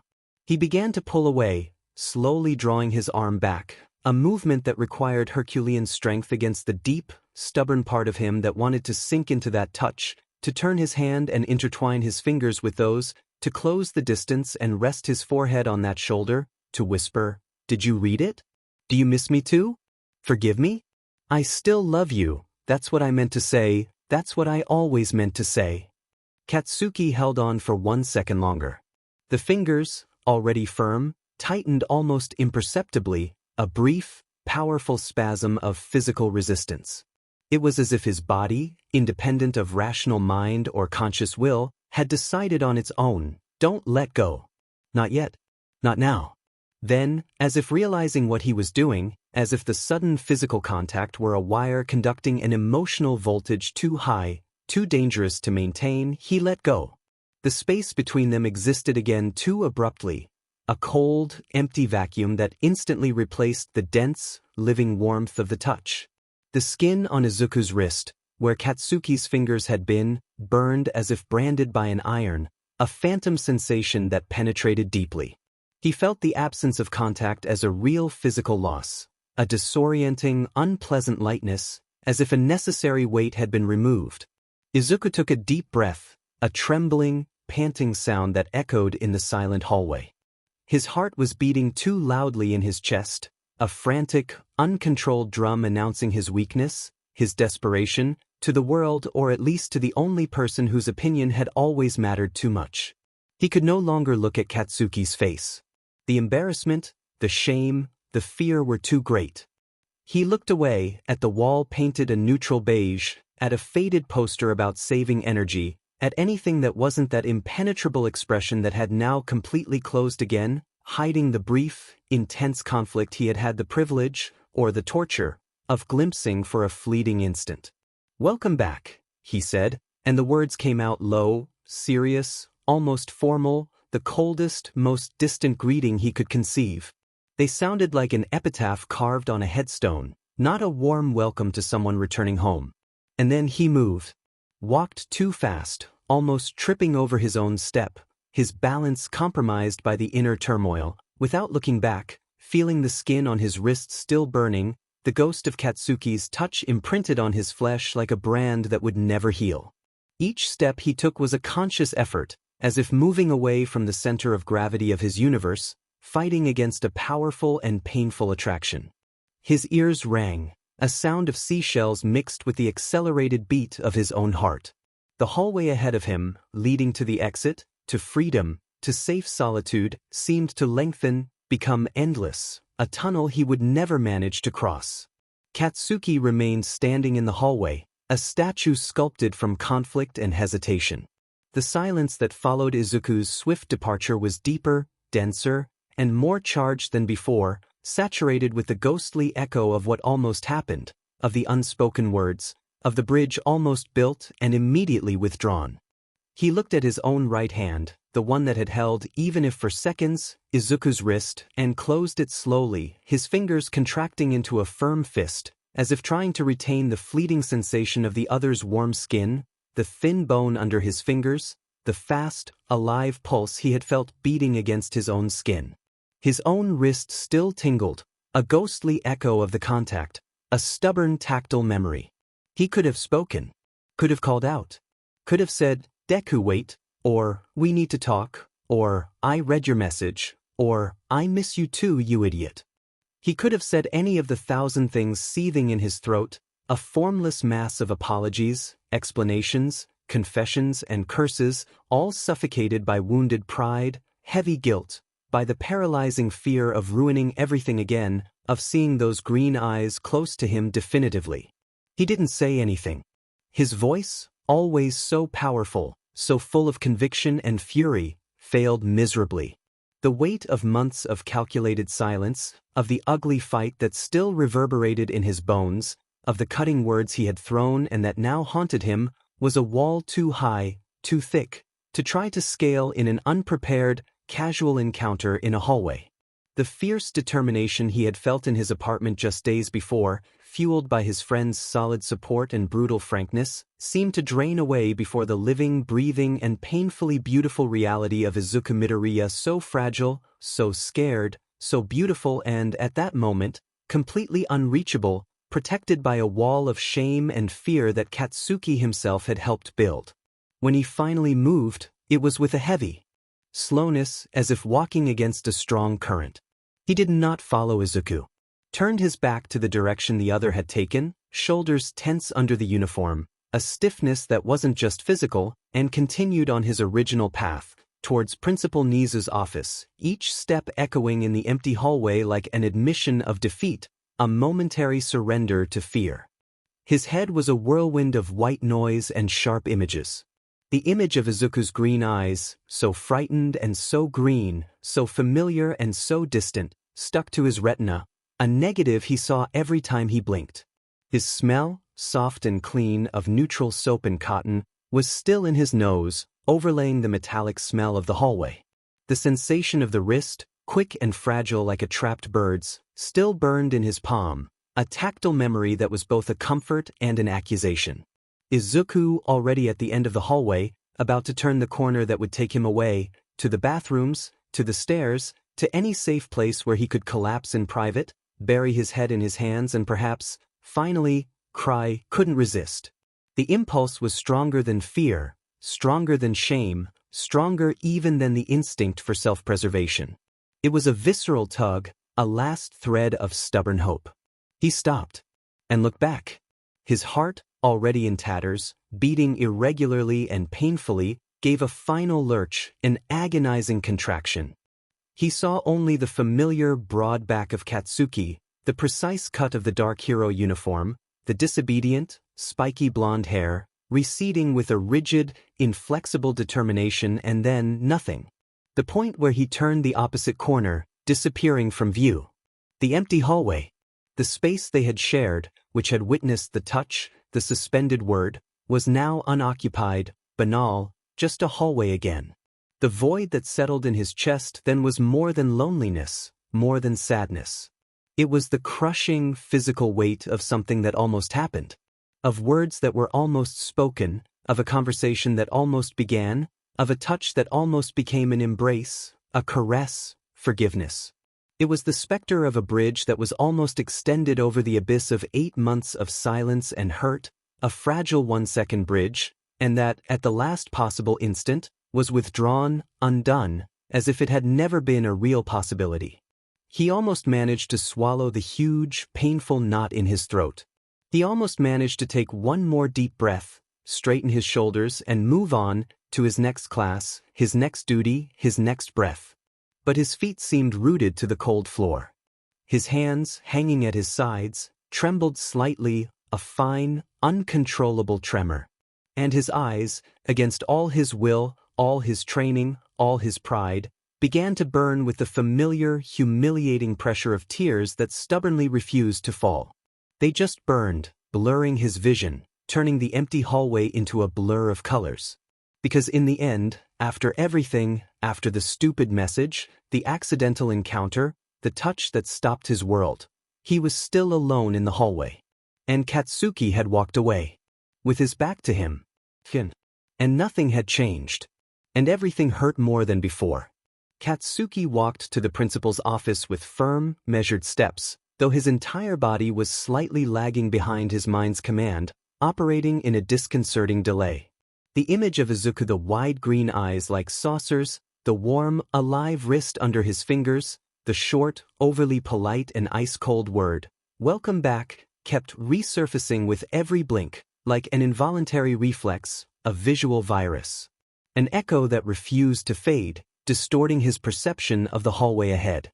He clenched his jaw until it hurt, masseter muscles jumping, and exhaled deeply through his nose, a hot, audible breath. And then, he did what he had always known how to do best than almost anything. He shoved the whirlwind of feelings, the guilt, the longing, the regret, the frustration with himself into an internal steel compartment, sealing the door shut by force, with the brutal determination of someone handling dangerous materials. Later, he thought, the thought a flash of steel in his mind. Later I'll deal with that. Now, there's a summons. A mission. Focus. The second PRD was dragging towards its final stretch, and UA as a whole carried that quiet, peculiar tiredness of November. The hallways seemed fuller of unsaid things than of students, the teenagers counting down the days to the winter break with palpable anxiety, the teachers holding the structure together with invisible threads of routine and duty. He stopped before the principal's imposing lightwood door, raised his hand, the same one that had held Izuku, and knocked twice, firm, dry, without hesitation. "Come in," came Nizu's unmistakable voice, cheerful and curiously musical as always. Katsuki opened the door and crossed the threshold without ceremony, his body automatically assuming the posture of a professional hero, a notable ex-student. The environment was all too familiar, almost a character in its own right in his history, the desk excessively organized for any human mind, the shelves crammed with old books and strange artifacts collected on travels, the soft, comforting smell of herbal tea mixed with a slight odor of paper and laundry soap. And then the figure seated before the desk, who turned. Young Bakugu. All Might rose so quickly and with such energy that the upholstered chair almost toppled backward. The smile that opened on his gaunt, sculpted face was large, sincere, almost youthful in its enthusiasm. It wasn't the wide, public smile of the symbol of peace, the mask of unshakable confidence. It was a purer, truer smile, the smile of Toshinori Yagi, of a man genuinely, deeply happy to see a boy he had helped shape, whom he saw not just as a potential successor, but as a son of the heart.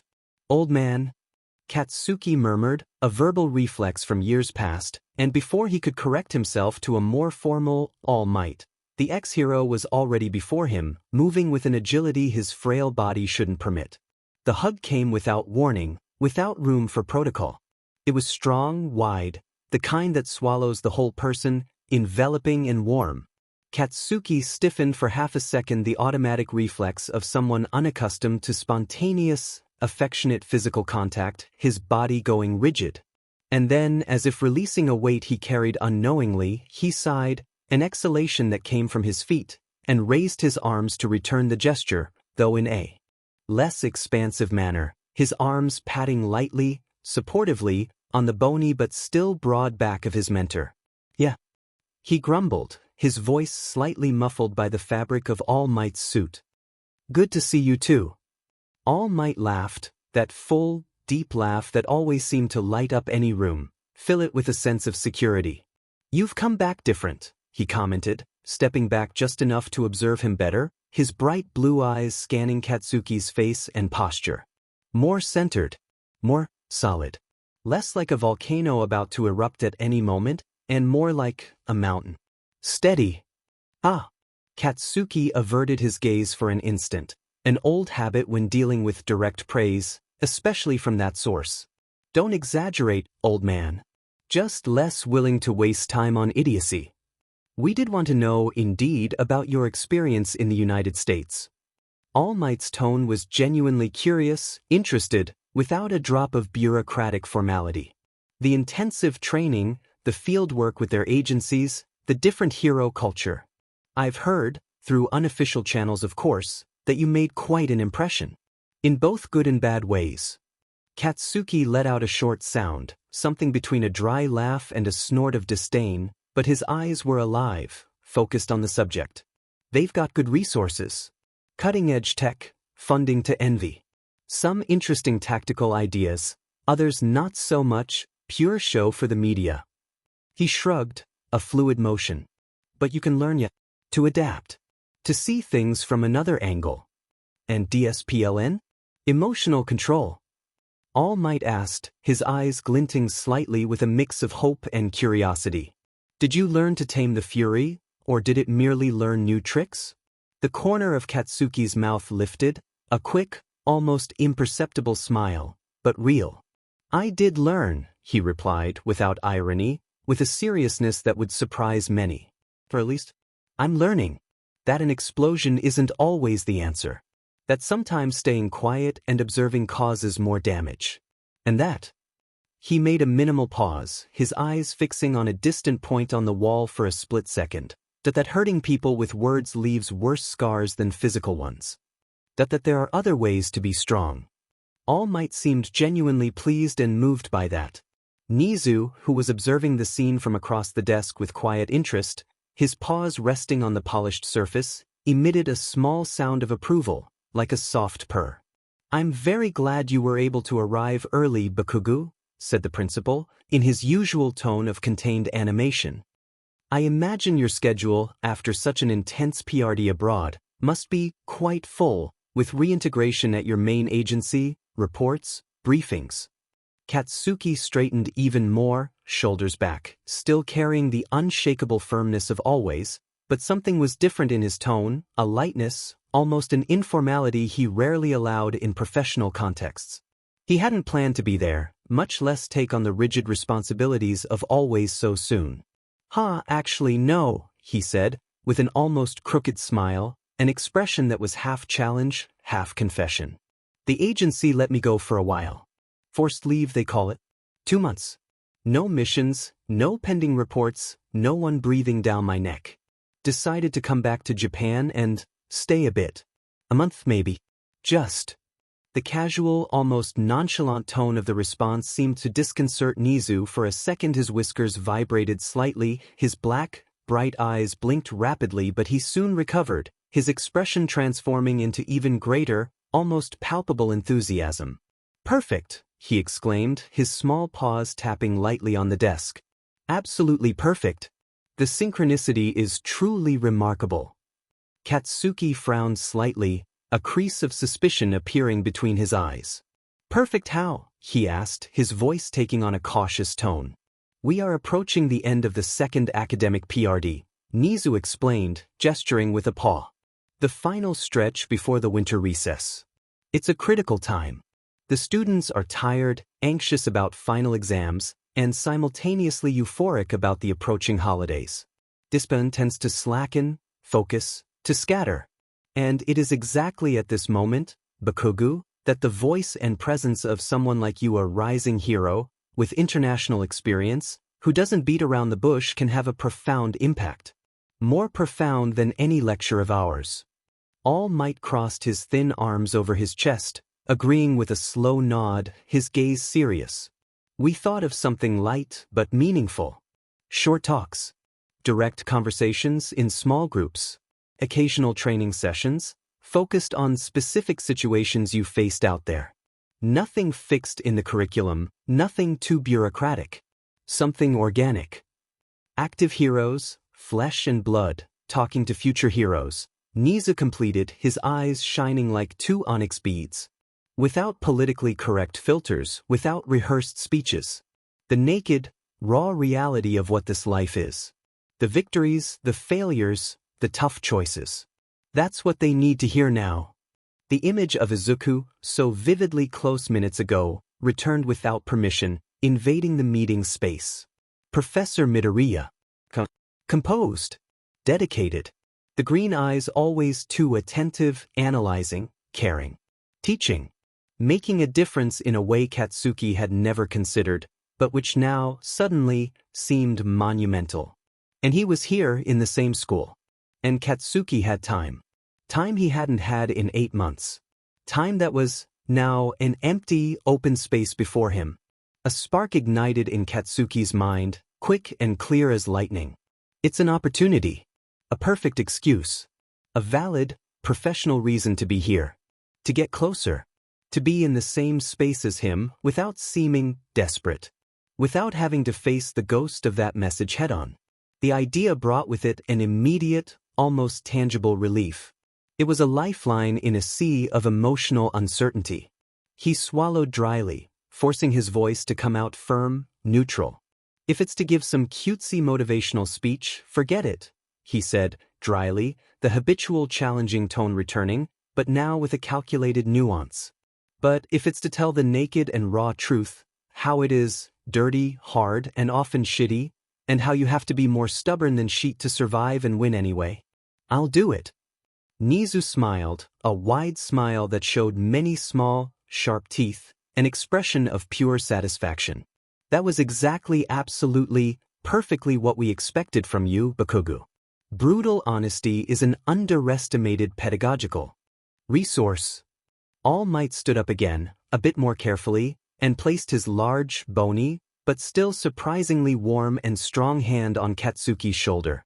The touch was firm, paternal. It's good to have you back, Bakugo. Here. His voice lowered, becoming more personal, than home. Truly. Katsuki held the smiling, marked face of the ex-hero's gaze for a moment, feeling the weight of that hand, the meaning behind the words. Home. The word echoed inside him, finding the echo of another voice, digital and drunk. Come home soon. He nodded once, a short, decided movement. Thanks. When he left the principal's office, closing the solid wood door behind him with a soft click, the hallways of UA seemed different. Not physically, but in their atmospheric charge. The silence was no longer oppressive or empty. It was expectant. The end of the PRD was approaching, yes. The recess too. But between now and then, there was space. And, for the first time since he had crossed that same hallway earlier and bumped into Izuku Midoriya, the feeling left by the encounter, the pain, the shame, the phantom warmth on his wrist wasn't just something to be suffocated or endured. It was something unfinished. A chapter interrupted mid-sentence. A fight that never had a clear winner or loser, only 2 exhausted and wounded combatants. Something that, he knew with a certainty that came from his gut, wasn't going to disappear on its own, wouldn't resolve with more silence or distance. Sooner or later, and his presence here at the school, with a purpose now, made sooner seem much more likely that tension, that unspoken thing, that almost would demand a resolution. And resolutions in the life of Katsuki Bakugo were rarely silent. They came with the roar of a controlled explosion, meant to clear the path, for better or for worse. He took a deep breath, the air of UA entering his lungs. It smelled of chalk dust, of cleaning, of youthful sweat, and of the future. And of him. The touch on his wrist was a phantom of fire. Izuku walked through the halls of UA towards the main cafeteria, but his senses were anchored in the past, 15 minutes prior. The encounter in the hallway. The unexpected silhouette of Katsuki blocking his path. The indecipherable expression, not anger, not contempt, something much more dangerous. A raw hesitation. And the hand that closed around his wrist with a firmness that wasn't violent, but was inescapable. A physical assertion, a point of contact that cut through his blazer sleeve and seared into his skin like a thermal brand. Wait! The single, rough word still echoed in his ears, competing with the distant buzz of students heading to lunch. He hadn't waited. He'd fled.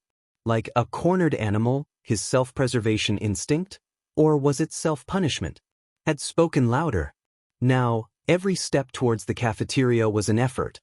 His right wrist pulsed with the memory of the touch, an extra, throbbing, sick heart. The UA cafeteria was a monument to organized chaos. The smell of home-style food, curry, rice, grilled fish, mingled with the sound of hundreds of voices, laughter, and the clatter of trays. The midday light, filtered through the large bay windows, illuminated the steam rising from the serving counterpots. It was a scene of vibrant normality that made Izuku feel like an intruder, a translucent ghost of nerves. He was in line, the empty tray trembling slightly in his hands, not really seeing the options, when his phone vibrated in his blazer pocket. The startle was physical. With his left hand, the right still felt untouchable, sanctified by the forbidden contact, he pulled out the device. Achiko, Izuku. I'm here at UA with Shoto, sorting out some bureaucratic agency stuff in the admin sector. Are you there? Let's have lunch together in the cafeteria? We need to tell you something. It's important. It's important. The two words flashed on the screen like a red alert. Izuku's stomach, already churning, nodded completely. It wasn't hard to guess the subject. Katsuki. It had to be. They'd found out he was back. The old Class 1A intelligence network was fast and efficient, especially when driven by concern. Now, they would come to confront him with the news, with serious looks and questions he had no way to answer. The idea of saying no, of making an excuse and fleeing to the solitude of his apartment, or worse, to the deafening silence of the teacher's lounge, was tempting. But stronger than fear was exhaustion. The exhaustion of carrying the weight of that morning, of the touch, of the retroactive shame of the drunk message, all alone. The loneliness, at that moment, seemed more frightening than the loving interrogation of his best friends. His cold fingers replied, Izuku, I'm in the cafeteria. In line. Can I grab a table in the corner near the bay windows? Achiko, perfect. We're on our way. Hold the table. He served himself on autopilot, a portion of mild curry, rice, a small salad. The food, normally comforting, seemed innocuous, tasteless. He found a table for 4 in the quietest corner of the cafeteria, away from the central bustle, with a view of the outdoor training gardens. He sat with his back to the crowd, placing the tray in front of him but not unwrapping the utensils. He just sat there, hands resting on the table, staring at the curry that already seemed to be forming a skin. It didn't take long. He saw them enter the vast hall, Achiko in her beige coat and a determined air, her brown eyes sweeping the room until they found him, and Shoto, beside her, impeccable and impassive as always, his presence causing the usual discreet buzz among students who recognized the heroes. They approached. Achiko sat across from him, Shoto beside her. Neither had brought food. You haven't eaten anything, Shoto observed, his heterochromatic gaze landing on the untouched tray. Wasn't hungry yet, Izuku murmured, looking away. Achiko studied his face, her soft expression hardening into professional worry. You look pale, Izuku. Like you've seen a ghost. Just the ghost of my own disaster, he thought, but didn't say. A faint, failed smile tried to form on his lips. It was a tough class. What was so important? Shoto and Achiko exchanged one of those quick, loaded glances that spoke more than a paragraph. It was Achiko who started, leaning forward, her voice low but clear in the small table space. Izuku, this is serious. We found out something. Katsuki. She paused as if measuring the impact of the words. Katsuki is back in Japan. But Friday. The silence Izuku maintained wasn't the silence of shock. It was the silence of what one already knows, the confirmation of a fact his entire body had already registered traumatically. He didn't move a muscle, just kept looking at the pieces of carrot in his curry. Shoto, noticing the lack of reaction, furrowed his brow slightly. It seems no one at his agency was officially notified that IT was a discreet return. Kirishima picked him up from the airport and told us. The reason is unclear. Achiko continued, her fingers playing with a soy sauce packet on the table. It's too big a coincidence, Izuku. He comes back out of nowhere, right after that message you sent. We don't know if there's a connection, but it's strange. Feels like fate, you know? Or else. She hesitated. Or else he came back because of unfinished business, Shoto completed, his voice logical and cutting as an ice blade. Something the message, drunk or not, just resurrected. It was then that Izuku looked up. First at Achiko, then at Shoto. His expression wasn't one of surprise or fear. It was a profound exhaustion, a surrender to an inevitable fact. The mask of the teacher, the hero, had disintegrated there at the cafeteria table, under the weight of this revelation that for him was no longer news. "I know," he said, his voice coming out low, but stable in a strange way. Achiko stopped fiddling with the packet. "No? How?" Shoto leaned forward, his eyes now fixed and analytical on Izuku. "You'd already heard, someone mentioned it?" Izuku took a deep breath. The cafeteria air, warm and laden with smells, seemed heavy. He looked at his right wrist, still resting on the table. The invisible mark seemed to throb. "I didn't hear about it," he replied, his eyes still fixed on his own wrist, as if the answer were written there. I ran into him." The effect of his words was instant and profound. Achiko's eyes widened, her hand going instinctively to her mouth to stifle a small gasp of shock. Shoto, whose expression rarely changed, went completely still, only his pupils seeming to contract slightly, focused intensely on Izuku. "You ran into him?" Achiko repeated, her voice a breath of disbelief. "Where? When?" "Here," Izuku murmured, finally raising his gaze to meet theirs. The confession, now verbalized, brought a strange sense of relief. It was a shared burden. A little over half an hour ago. In the hallway of the admin building near Nizu's office. "At UA?" Shoto asked, and for the first time, there was a spark of genuine surprise in his tone. "What was he doing here?" "I don't know," Izuku shrugged, a gesture of defeat. "He was standing. I turned the corner and bumped into him. Almost literally." He described, with an economy of words that was painful, the scene. The unexpected sight, the shock that paralyzed the world, the unbearable proximity. His smell, familiar and devastating. And then the touch. "He held me," Izuku said, his voice faltering slightly on the last word. His right hand moved, his fingers touching his own wrist, exactly where Katsuki's fingers had encircled him. On the wrist. It wasn't aggressive. It was firm. Like he wanted me to stop. And he only said one word, "Wait." The silence around the table was now different. It was no longer the silence of expecting news, but the thick, heavy silence of the fallout from a nuclear fact. Achiko looked at Izuku's hands, her face a mix of compassion and alarm. Shoto processed the information with computer speed, his conclusions reflected in the slight tightening of his jaw. "He held you," Shoto reiterated, as if testing the logic of the fact. And then I ran." The admission came with a mix of bitterness and shame. I said, "Welcome back," and walked away. He didn't follow me. Didn't say anything else. "My God, Izuku," Achiko whispered, her hand extending over the table but stopping before touching his, as if fearing she might break him. That's intense. He shows up here at your workplace on the same day we find out he's back, and after your message. It seems more like intentionality than coincidence," Shoto concluded, his fingers tapping lightly on the table surface. "He didn't come to UA by chance. He came with a purpose. To see Nizu? Maybe. But the timing and the fact that you crossed paths exactly in the hallway. Do you think he came looking for you?"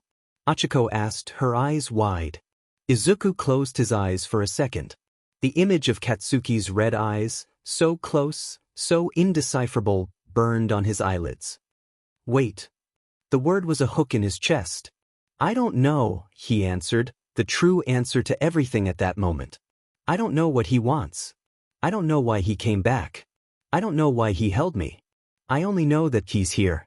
And that now I can no longer pretend he doesn't exist." He opened his eyes and looked at his friends. The mask had fallen completely. In his green eyes, now naked and vulnerable, was the pure reflection of panic, confusion, and a hope so fragile it hurt. "So," Shoto spoke, his voice regaining its practical softness. "What are you going to do now?" It was the million-yen question. The question Izuku had been avoiding since his wrist was released. He looked at the tray of cold food, at his friend's hands, at the colorful, noisy movement of the cafeteria that seemed to be happening on another planet. For a long moment he said nothing. He just breathed, feeling the weight of the options, all terrible, piling onto his shoulders. Face it. Flee. Finally, when he spoke, his voice was a thread of sound, but laden with a deep resignation and a dark determination he didn't even know he possessed. For now. He whispered, his eyes lost in the void over Shoto's shoulder, as if watching his own future unfold like a silent, catastrophic film. For now, I won't do anything. And try not to fall apart before he decides what the next move is. It was a survival strategy. The only one his shattered mind could conceive. Wait for the next explosion, whether of words, action, or, the most terrifying thought, of an even deeper silence. Lunch continued, but no one touched the food. The table in the corner of the UA cafeteria had become the epicenter of a private earthquake, and its 3 occupants waited, in tense silence, for the next, inevitable tremors. The rest of the day unfolded for Izuku Midoriya like a silent film projected on a blurry screen. He was present, but he didn't inhabit his body. He moved through obligations with the precision of an automaton whose main software was busy processing a single, catastrophic command on a loop. The words hammered in his skull, synchronized with the phantom throbbing in his wrist. In Mizudafu. At UA. In the same hallway as me. His hand. His voice. Wait. The afternoon class, a practical first aid session for second-year students, was a trial by fire. While demonstrating immobilization techniques on a mannequin, his fingers, which should have been firm and confident, trembled slightly. The feel of the plastic dummy's wrist under his fingers was, for an instant, replaced by the vivid, warm, living memory of Katsuki's touch. He pulled his hand back as if burned, making a student raise an eyebrow. "Everything okay, Midoriya-sensei?" the boy asked. Yes. Izuku forced a smile, his facial muscles tight as cords. Just a spasm. Continue. His brain, however, didn't continue. It fragmented into 1,000 pieces of disconnected thoughts, each a shard of a mirror reflecting a different facet of the disaster. Mizudafu was no longer his city. It was a redefined map, where every landmark now carried the potential threat of an encounter. The cheap ramen shop near the station where they went after exhausting training sessions. The park where, as kids, Katsuki exploded rocks in the creek and he watched, awestruck. The manga shop specializing in heroes. The municipal gym. All these places were now dangerous territory, undeclared war zones. He could be at any of them. Right now. At this moment. Buying coffee. Walking down the street. Breathing the same air. The city shrank, becoming a claustrophobic trap. Katsuki had returned on Friday. While Izuku was drowning in post-message shame, surrounded by friends in his apartment, Katsuki was landing on Japanese soil. While Izuku tried and failed to forget the monumental error typed into his phone, Katsuki was somewhere in this same city, unloading suitcases, smelling the air that was theirs. And then today, the hallway encounter wasn't an accident. It was a forced convergence of timelines that had diverged 8 months ago. He came back. And he came to the school. He knew I'd be here. Was it on purpose? Did he look for me? Or was it just fate being cruel? Katsuki's hand. Izuku had known those hands forever. He'd seen them clenching into angry fists, holding training gear, launching explosions that lit up the night sky. But never in his entire life had one of those hands touched him in that way. It wasn't a punch, a shove, a pat on the back. It was a restraint. A physical plea. He didn't pull me. He didn't push me. He just held on. As if I were a bird he didn't want to fly away, but also didn't want to hurt. The warmth of that hand was a paradox. It burned like a branding iron, but the gesture itself was cautious. It was this contradiction that drove him mad. What did it mean? Was it a prelude to a conversation? To another fight? To an apology? Or was it just a reflex, a thoughtless act that meant as little to Katsuki as a sigh? And then, like poison that always finds the bloodstream, his thoughts plunged into the abyss of that night. It wasn't a disagreement. It was a verbal bloodbath. They were in Izuku's apartment, exhausted after a tense joint mission. Izuku's worry, always an underground river, had overflowed. He'd suggested, with the delicacy of an elephant in a china shop, because when it came to Katsuki his language always got tangled, that maybe he could slow down, accept a more strategic position for a while. Katsuki's face transformed into a mask of ice, cracked underneath. Slow down? His voice came out low, dangerously soft. Are you effing serious, Deku? It's just, you're getting hurt a lot, Kaken. And you don't stop. I see it. Everyone sees it. Everyone sees it, huh? Katsuki took a step forward. The air between them turned electric. And what the F does everyone think? That the great dynamite is weak? That he can't handle it? Is that it? No. Of course not. Izuku tried, desperate. It's just worry. I'm worried about you. Your worry, Katsuki spat the word like acid, smells like pity, Deku. You think I can't handle it. You think I'm the poor guy who needs to be protected by the great hero Deku. That's what you've always thought, isn't it? Since we were little sheets. That you had to stay behind, watching me, ready to fix me when I broke. Each word was a stab. Izuku felt his eyes burn. I never thought that. I admire you, Kaken. I've always admired you. I want you to be okay. Admiration, the explosion came in his voice, a roar that made the glasses in the sink tremble. Is that what you call this FING kicked puppy look you give me? This sick need to carry everyone's burden, including mine? You don't trust me, Izuku. You never did. You think if you're not there, holding my hand, I'm gonna blow up along with the DMN city. Your worry isn't for me. It's for you. Out of fear of having to see me fall and not be able to do a DMN thing.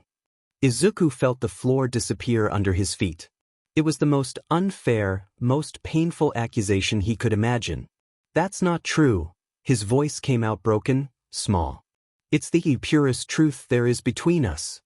Katsuki advanced, not to hit, but to invade his space, to force the truth down his throat. You hide behind that nice guy smile and that giant heart, but deep down, you think you're better than everyone. That you have to save everyone. Even from themselves. I don't need your salvation, Deku. I don't want your veiled condemnation disguised as care. I don't want you suffocating me all the time with your pity. The final word echoed in the room like a gunshot. Suffocating.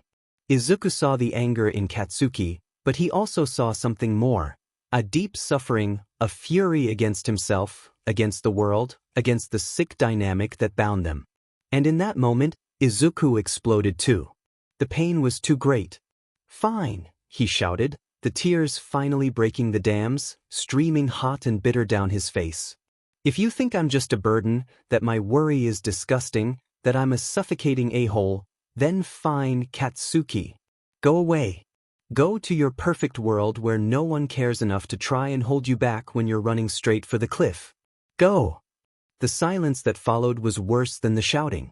Katsuki's ragged breathing. Izuku's silent, convulsive crying. The light in Katsuki's face went out. Fury gave way to something empty, devastated. He looked at Izuku as if seeing a stranger. As if the last bridge between them had been dynamited. Fine, he said, his voice now flat, dead. That's it then. He turned and left. The door closed with a soft, definitive click. And Izuku's world collapsed in that silence. Now, 8 months later, the echo of those words was still in his ears. Suffocating. Pity. Veiled condemnation.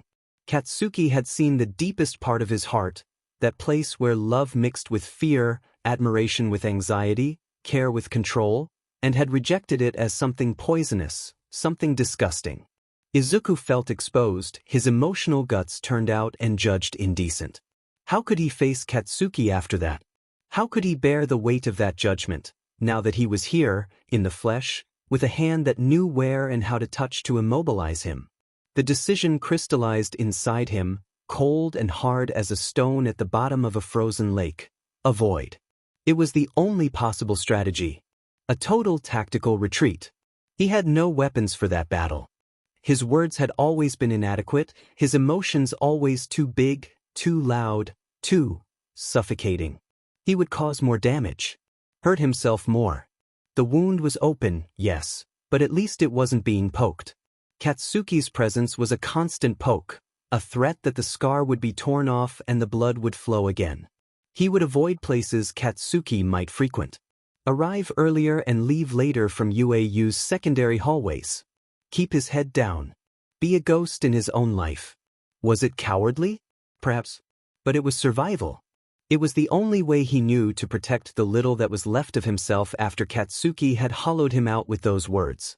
The day finally ended. The last student left, the last report filled out with trembling handwriting. The afternoon light was already golden and slanted, painting the empty UA hallways in melancholy tones. Izuku gathered his things in the teacher's lounge, his movements slow and heavy. The exhaustion wasn't just physical, it was a weariness of the soul, a tiredness from carrying the weight of a city that was now a minefield. He headed to the staff parking lot, a broad asphalt space in the shade of some tall trees. His car, a modern, discreet gray-dark electric sedan, was there. It was a symbol of his current life, efficient, quiet, functional. It didn't have the ostentation of some heroes, nor the ruggedness of a combat vehicle. It was a teacher's car, a man who valued comfort and practicality. The money from his hero patents and his teacher's salary allowed for much more, but he saw no point.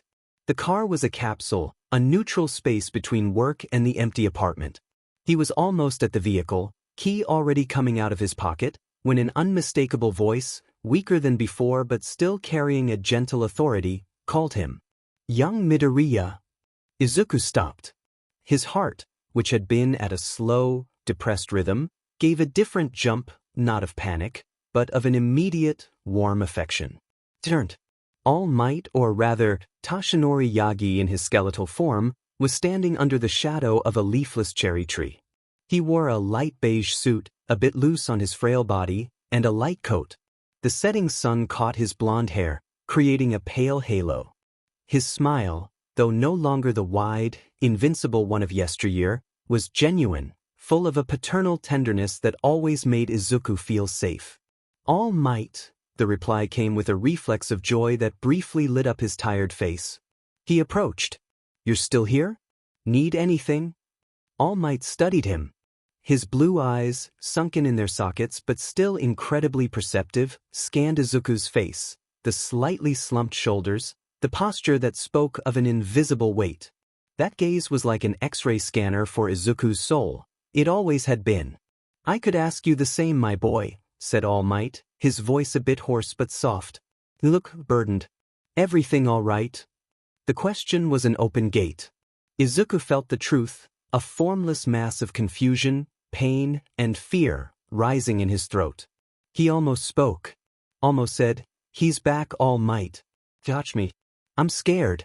I'm sorry. I'm lost. But the words jammed. The shame of his own weakness, the complexity of what he felt for Katsuki, something he had never managed to properly explain even to himself, much less to his mentor, the fear of disappointing him with his emotional lack of control, it all formed a plug. He forced a smile, the same one he used in class when he needed to seem okay. It was a sad, transparent smile. Everything's fine, All Might. Just end-of-term tiredness, you know? Lots of reports, lots of lesson prep. The excuse sounded hollow even to his own ears. All Might didn't seem convinced. He put his hands in his coat pockets, a contemplative gesture. Reports are terrible indeed. Worse than many villains, he joked, trying for a light tone. But then his gaze turned serious. I just had a meeting with Principal Nizu. And with young Bakugu. The name, spoken by that voice, had a different weight. It wasn't the shock of the hallway encounter, but a solemn, official confirmation. Izuku wasn't surprised. He just felt a cold spreading through his chest. Ah, was all he could say. Yes, All Might continued, watching him intently. He's back, apparently for a while. And he agreed to collaborate on some projects here at UA, talks, occasional training. He made a significant pause. I imagine that might be complicated for you, given the circumstances. Izuku sighed. The sound came out deep, carrying all the tiredness of the day, of the months, perhaps of the years. He looked at his feet, at the cracked asphalt of the parking lot. I already knew, he admitted, his voice low. I ran into him today. In the morning. All Might didn't seem surprised, only concerned. I imagined something like that might happen. And how was it? How was it? How do you describe an earthquake in 3 words? Izuku shook his head, a gesture of helplessness. It was quick, unexpected. He didn't mention the touch. That detail was his, a wound too private to expose. All Might took a step closer. The tree's shadow enveloped them now. And how are you feeling about all this, Izuku? The question was asked with such deep sweetness it almost broke Izuku's defenses. All Might rarely used his first name in moments like this. It was a sign that this was serious, personal. Izuku swallowed dryly. The knot in his throat hurt. He wanted to speak. Wanted to unburden himself and tell everything. But the words from the fight came back, like whips, suffocating, pity, veiled condemnation. If even Katsuki, who supposedly knew him so well, saw his feelings as something negative, repulsive, what would All Might think? Would he see the same sick need, the same confused, heavy love? He began, his voice trembling. He lied. I'm okay, All Might. Really. I just need to go home. My head's full. Tomorrow we can talk better, if you want. Today I just need a bit of silence. It was an escape. Crude, transparent. He saw on All Might's face that the man knew. Knew he was fleeing, that he was hurt, that he was lying. But All Might, in his infinite wisdom and unconditional love, didn't push. He respected the boundary Izuku, trembling, had raised. For a long moment, All Might just stood still, his blue eyes fixed on Izuku's green, frightened ones. There was a pain there, the pain of a father seeing his son suffer and not being able to help him directly. Then he took a small step forward, and before Izuku could react, he enveloped him in a hug. It wasn't the bone-crushing hug of the symbol of peace, the kind that broke ribs in displays of strength. It was the fragile, yet infinitely solid, hug of Tashinori Yagi. Bony, careful, but full of an overwhelming presence. The large hands rested on his back, one on his shoulder, the other between his shoulder blades. His smell, a mix of mild lotion, herbal tea, and something indefinably familiar, like old paper and kindness, enveloped Izuku. And something inside him broke. Not dramatically, not in tears or sobs. It was a silent, internal collapse. The tension that kept his muscles rigid as steel, the armor he tried to erect against the world and himself, dissolved a little under that hug. It was an unquestionable safe harbor. A place where, at least for that instant, he didn't need to be strong, didn't need to be a hero, didn't need to be a teacher, didn't need to understand anything. He could just be. And be broken. He didn't cry. But his eyes closed, and his body, almost against his will, sank slightly into the hug, his head resting briefly on All Might's narrow shoulder. It was an instant. 2, maybe 3 seconds. But it was the most truthful and peaceful moment he'd had since the doorbell had rung on that Friday night, an eternity ago. All Might pulled away first, keeping his hands on Izuku's shoulders, his eyes shining with intense emotion. Listen to me, young Midoriya, he said, each word measured and clear. I know you have a whole world inside that head of yours. A world of responsibilities, of analyses, of thoughts that spin faster than your own heart. And I know that sometimes, it seems like talking about what's in there will only make the world come crashing down. He squeezed Izuku's shoulders gently. But you know, don't you? You know you can count on me. For whatever you want. For whatever you need. No matter how confused, how ugly, how difficult it seems. A shoulder, an ear, advice? Or just a quiet place not to think about anything? I always have been. And I always will be. Izuku felt his eyes burn again, but this time, it wasn't from panic or shame. It was from gratitude. A gratitude so vast it hurt. Only, All Might continued, a sad smile touching his thin lips, I'm no longer the man who can solve everything with a punch. Some battles, The most important ones are fought here. He tapped his own chest lightly, over his heart. And for those, I can only help if you let me in. If you talk. Because no matter how hard I try, no matter how much I want to guess, I can't read minds. Not even yours, as well as I know it. He released Izuku's shoulders and took a step back, giving him space. And if you don't want to talk today, that's fine. Tomorrow. Next week. It doesn't matter.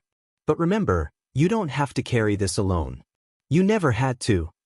He made a final pause, his gaze steady and loving. And if you need me, you know where to find me. Always. Izuku couldn't speak. The knot in his throat was too big, too good and painful at the same time. He just nodded, several times, a quick, sincere movement. Thank you, All Might, he managed to whisper, his voice choked. You're welcome, my boy. Now go. A good hot bath and a night's sleep. The world can wait until tomorrow. All Might gave a final nod, a gesture of farewell that was also a blessing. Izuku nodded back, turned, and with slightly less heavy steps, walked to his car.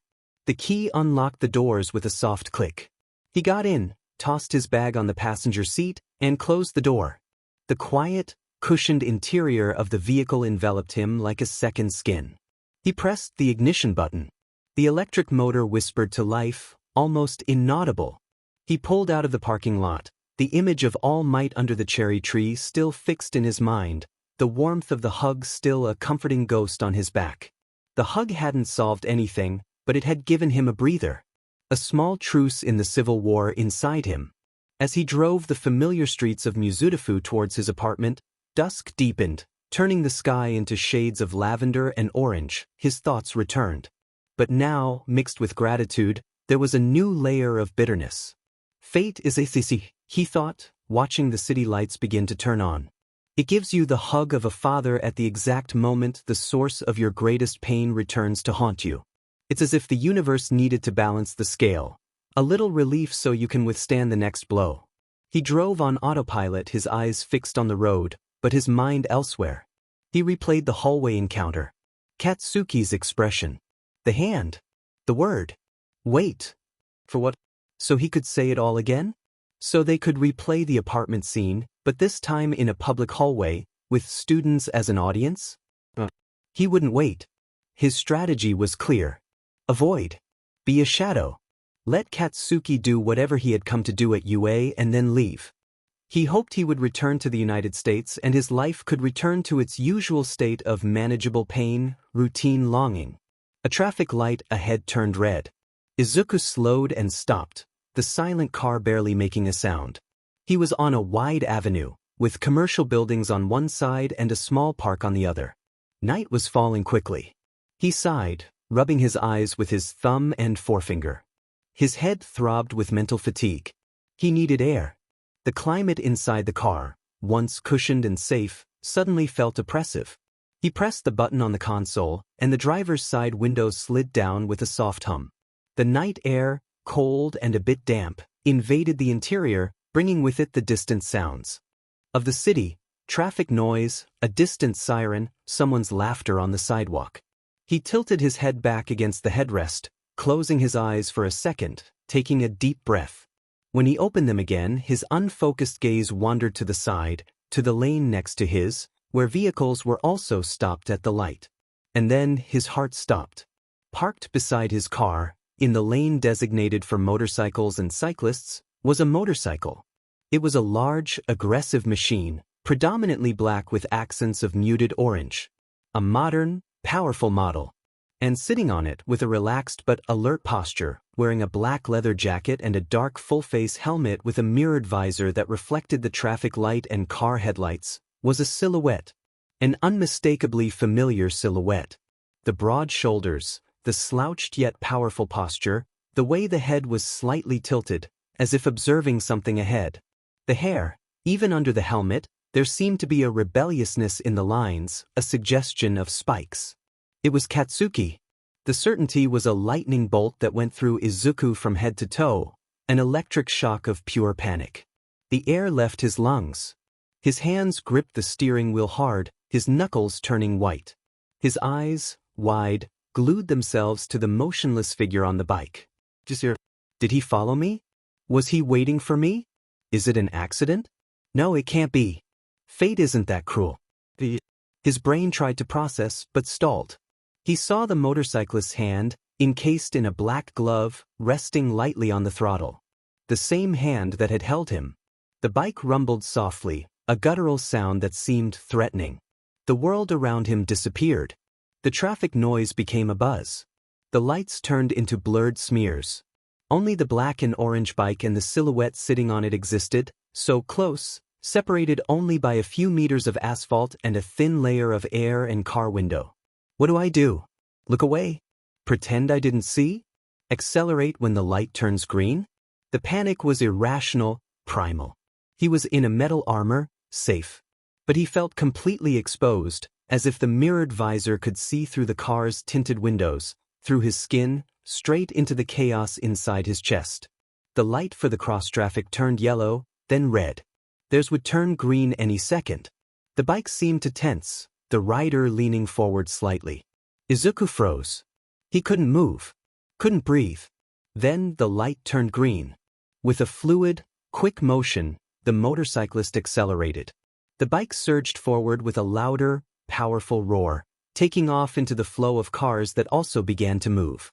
In seconds, it was ahead, its red tail light becoming just another point of light among dozens, then disappearing around a curve to the right. Izuku sat still. The car behind him honked, a short, impatient beep. The sound snapped him out of his trance. He hit the accelerator with a JRK, the car lurching forward. His heart was beating with immense, painful force against his ribs. His hands on the wheel were visibly shaking. He had seen. Katsuki was there. Had been right beside him at the same light. And now he was gone. His breathing returned, ragged and irregular. He drove a few more blocks until the need to calm down, to process, became urgent. He saw a spot on a quieter side street and pulled over, nearly hitting the curb. Turned off the engine. The darkness of the parked car enveloped him. He leaned his head against the steering wheel, eyes closed, trying to control his breathing. It was him. Had to be. The bike, the colors, the posture. It was him. But then, why didn't he look? Why didn't he do anything? Just sat there, still, and then left. Was it a coincidence? An absurd happenstance? Or hadn't he seen Izuku? The car window was tinted. Izuku was in the gloom. Maybe Katsuki hadn't noticed him. The possibility brought a painful relief. If Katsuki had seen and ignored him, it would be worse. But if he hadn't seen, then it was just the universe playing with his already frayed nerves. But the certainty began to fade.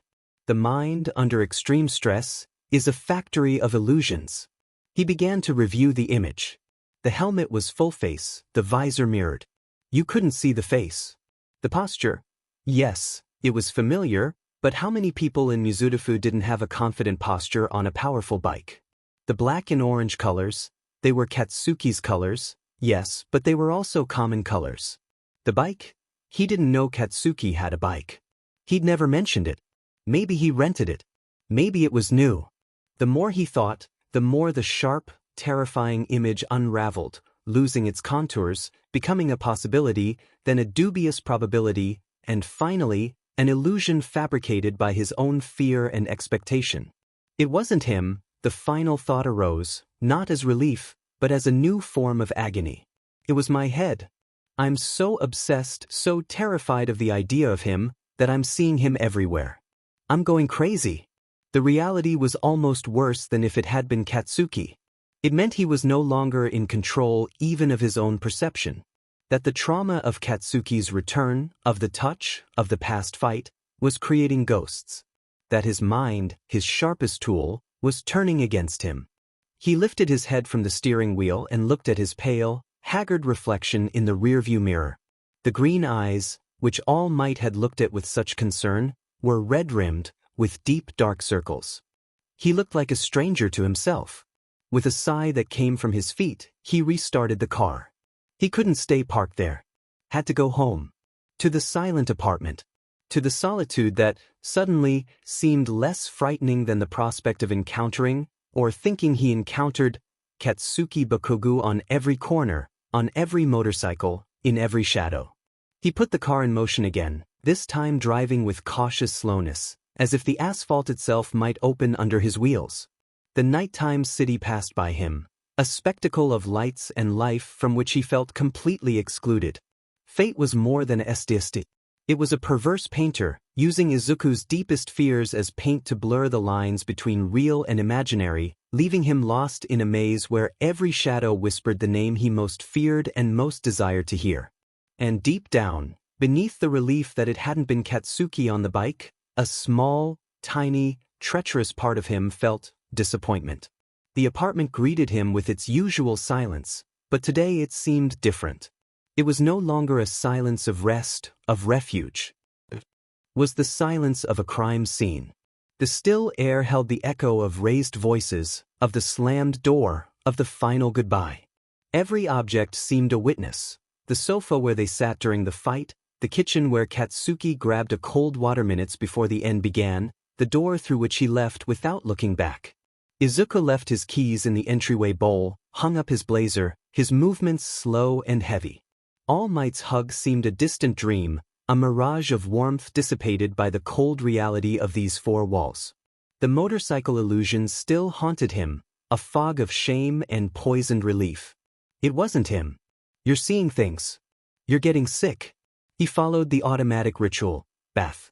The hot water cascaded over his tense shoulders but couldn't penetrate the cold that had settled in his bones. As the steam fogged up the shower, his thoughts, as always, revolved around a single axis. Why don't you stop? He asked himself, scrubbing shampoo with more force than necessary. Why does he occupy every centimeter of your brain? He called you suffocating, pitiful, said your care was disgusting. He saw inside you and recoiled in disgust. You should hate him. You should want to forget him. So why, every time you close your eyes, do you see his hand on your wrist? Why does his weight echo louder than all the insults? There was no logical answer. Just the raw, painful fact. Katsuki Bakugu was a mental geography Izuku couldn't extricate himself from. He was the mountain Izuku had always wanted to climb, the volcano that both attracted and incinerated him, the river whose current always dragged him back, no matter how hard he swam against it. Dressed in an old hoodie and sweatpants, he stood before the empty refrigerator. The idea of cooking, choosing ingredients, following a recipe, seemed a Herculean task, an impossible mission for someone whose internal gears were so misaligned. The laziness wasn't physical, it was a fatigue of the soul. The loneliness of the apartment, loaded with bad memories, had also become oppressive. He needed external noise, banal life, something to anchor him outside his own head. He decided. Quickly threw on jeans and a jacket, grabbed his wallet and keys. He'd go down to the 24-hour convenience store 2 blocks away. There, at the small counter, they served decent udon, comforting in its simplicity. It would be enough. The weekday night was calm. The residential neighborhood of Mizudafu was quiet, with only a few pedestrians on their way home. The air was fresh, clean after a humid day. The convenience store shone like a sparkling, artificial beacon on the block, its fluorescent light bathing the sidewalk in a harsh white. Inside, the world was predictable and safe. The hum of the freezers, the smell of fresh coffee and packaged food, the clerk yawning behind the counter. Izuku went straight to the hot food counter, ordered a bowl of udon with shrimp tempura, grabbed a bottle of green tea and paid. He chose one of the 3 high stools facing the glass window from where he could watch the quiet street. It was a perfect hideout. Anonymous, impersonal, temporary. He unwrapped the chopsticks, broke them apart, and dipped them into the hot, steaming broth. The first sip of soup, salty and comforting, was a small triumph. For a minute he managed to focus only on the taste, on the warmth spreading through his empty chest. The simplicity of the action, eating noodles in a convenience store, was an antidote to the overwhelming complexity of his thoughts. It was in this fragile state of artificial peace that the doorbell chimed, announcing another customer's entry. Izuku didn't pay attention. He continued blowing on his udon, eyes fixed on the occasional cars passing on the street. Until his senses, always tuned to a specific frequency even against his will, picked up on something. The firm way the door closed. The rhythm of footsteps on the linoleum floor, not hurried, but decisive. A presence that filled the space differently, carrying its own gravitational field. His muscles locked up before his brain even processed. Slowly, very slowly, he turned his head to the right, towards the aisles of shelves. And the world shrank again. Katsuki Bakugo was there, less than 5 meters away, examining the shelves of energy drinks. He wore a dark gray hoodie, sweatpants, and sneakers. His blonde hair, free of its usual gel, fell in a more disheveled, almost soft, way over his forehead. He looked ordinary. Not the hero Dynamite, not the imposing figure from the UA hallway, but a tired man after a day, looking for a drink. The normality of the scene was what made it surreal. Izuku stopped breathing. The chopstick hovered in the air, a noodle strand dripping back into the bowl. Not here. Not now. This is my place. The only place left. It was an irrational, possessive thought. But that's how he felt. As if feeling the weight of the gaze, Katsuki looked up. His eyes, sharp and red even in the store's harsh light, swept the area and landed directly on Izuku. There was a microsecond of pure shock registered on Katsuki's face. His pupils dilated slightly. The hand holding a can of iced coffee went still. It was an instant of raw vulnerability, so brief Izuku might have imagined it. Then, the usual mask of disinterest, of controlled coolness, settled. But not completely. There was a flicker there, a recognition that went beyond the accidental. They stared at each other across the narrow space of the store. The hum of the freezers seemed to increase in volume. Time didn't stop. It became viscous, heavy. Izuku saw Katsuki's eyes scan his face, his bowl of udon, his hands still frozen around the chopsticks. He felt analyzed, dissected, and a wave of heat rose from his neck to his ears. The shame of being caught in such a banal, lonely act was intense. It was Katsuki who broke the eye contact first. He looked at the can in his hand, then back at Izuku. His jaw tensed, a white line appearing around his mouth. Izuku could see the internal war happening there, in the small muscles of his face. The desire to turn and leave, the obligation of something unspoken, courage being gathered, grain by grain. Then Katsuki moved. Not towards the exit, but towards the hot food counter. He ordered something quickly from the attendant, an onigiri, paid, and with the can of coffee in one hand and the onigiri in the other, stopped again. This time, he was facing Izuku, separated only by the empty counter between the stools. His red eyes met Izuku's green ones. Katsuki's voice, when it came, wasn't a roar, nor a whisper. It was simple, direct, rough from a bit of disuse. Can I? The question was about the stool beside him. But it carried the weight of the world. Can I invade your space? Can I break the 8-month silence? Can I sit here and pretend we're just two acquaintances who bumped into each other in a convenience store? Izuku, with his brain offline, couldn't formulate words. His body reacted on its own. He nodded his head up and down, a single short, tense movement. Katsuki nodded back, an equally minimal gesture, and walked around the counter. He sat on the stool next to Izuku, leaving a space of about half a meter between them, a careful, respectful distance, but one that in that small space felt like either an abyss or a suffocating intimacy. Izuku couldn't tell. He opened the can of coffee with a soft TSK, took a sip, placed the onigiri on a napkin, but didn't touch it. The silence that settled was different from all the others. It was a shared silence, loaded with history, with unspoken words and a bowl of udon cooling rapidly. Katsuki was the first to speak again, his eyes fixed on the window, watching their distorted reflection in the 2 panes of glass. So, he began, his voice still rough, trying to sound casual and failing miserably. How've you been? Izuku almost laughed. A bitter, hysterical laugh, stuck in his throat. Seriously, you're asking me that? He thought, looking at Katsuki's profile. After everything? After hollowing me out and leaving? After coming back out of nowhere and running into me in hallways and convenience stores? How do you think I've been? But fury was a luxury he had no energy for. Only infinite tiredness. He looked at his bowl. I'm fine, he lied, the word coming out flat and lifeless. Fine as a man about to come apart could be. Katsuki seemed to swallow dryly. He knew it was a lie. They both knew.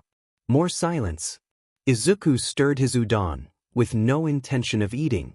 The awkwardness was a living thing between them. He felt the need to say something, anything, to fill the void before it swallowed them. And the United States? The question came out before he could stop it. It was safe, impersonal territory. A topic that wasn't them. Katsuki seemed almost relieved at the change of subject. He spun the coffee can between his fingers. It was interesting. Lots of work. Strong people but full of themselves. Lots of marketing, lots of show for the camera. He shrugged, a familiar motion. Learned some things. Saw others that weren't worth the effort. A bunch of idiots thinking they were better than everyone. He paused, his eyes narrowing slightly, about to complete. But they weren't better than. You, Izuku completed, without looking at him. The phrase hung in the air. Izuku was horrified with himself. He'd done it. Let it slip. It was an unpermitted intimacy, a return to an old, dangerous pattern. Katsuki stopped spinning the can. He slowly turned his head and stared at Izuku. His red eyes were wide, surprised, and something more, a flash of something warm, of recognition. And then, something unexpected happened. Katsuki laughed. It wasn't the loud, challenging laugh of before. It was a short, rough, genuine laugh that seemed to surprise him as much as it did Izuku. A sound that came from a real place, not from performance.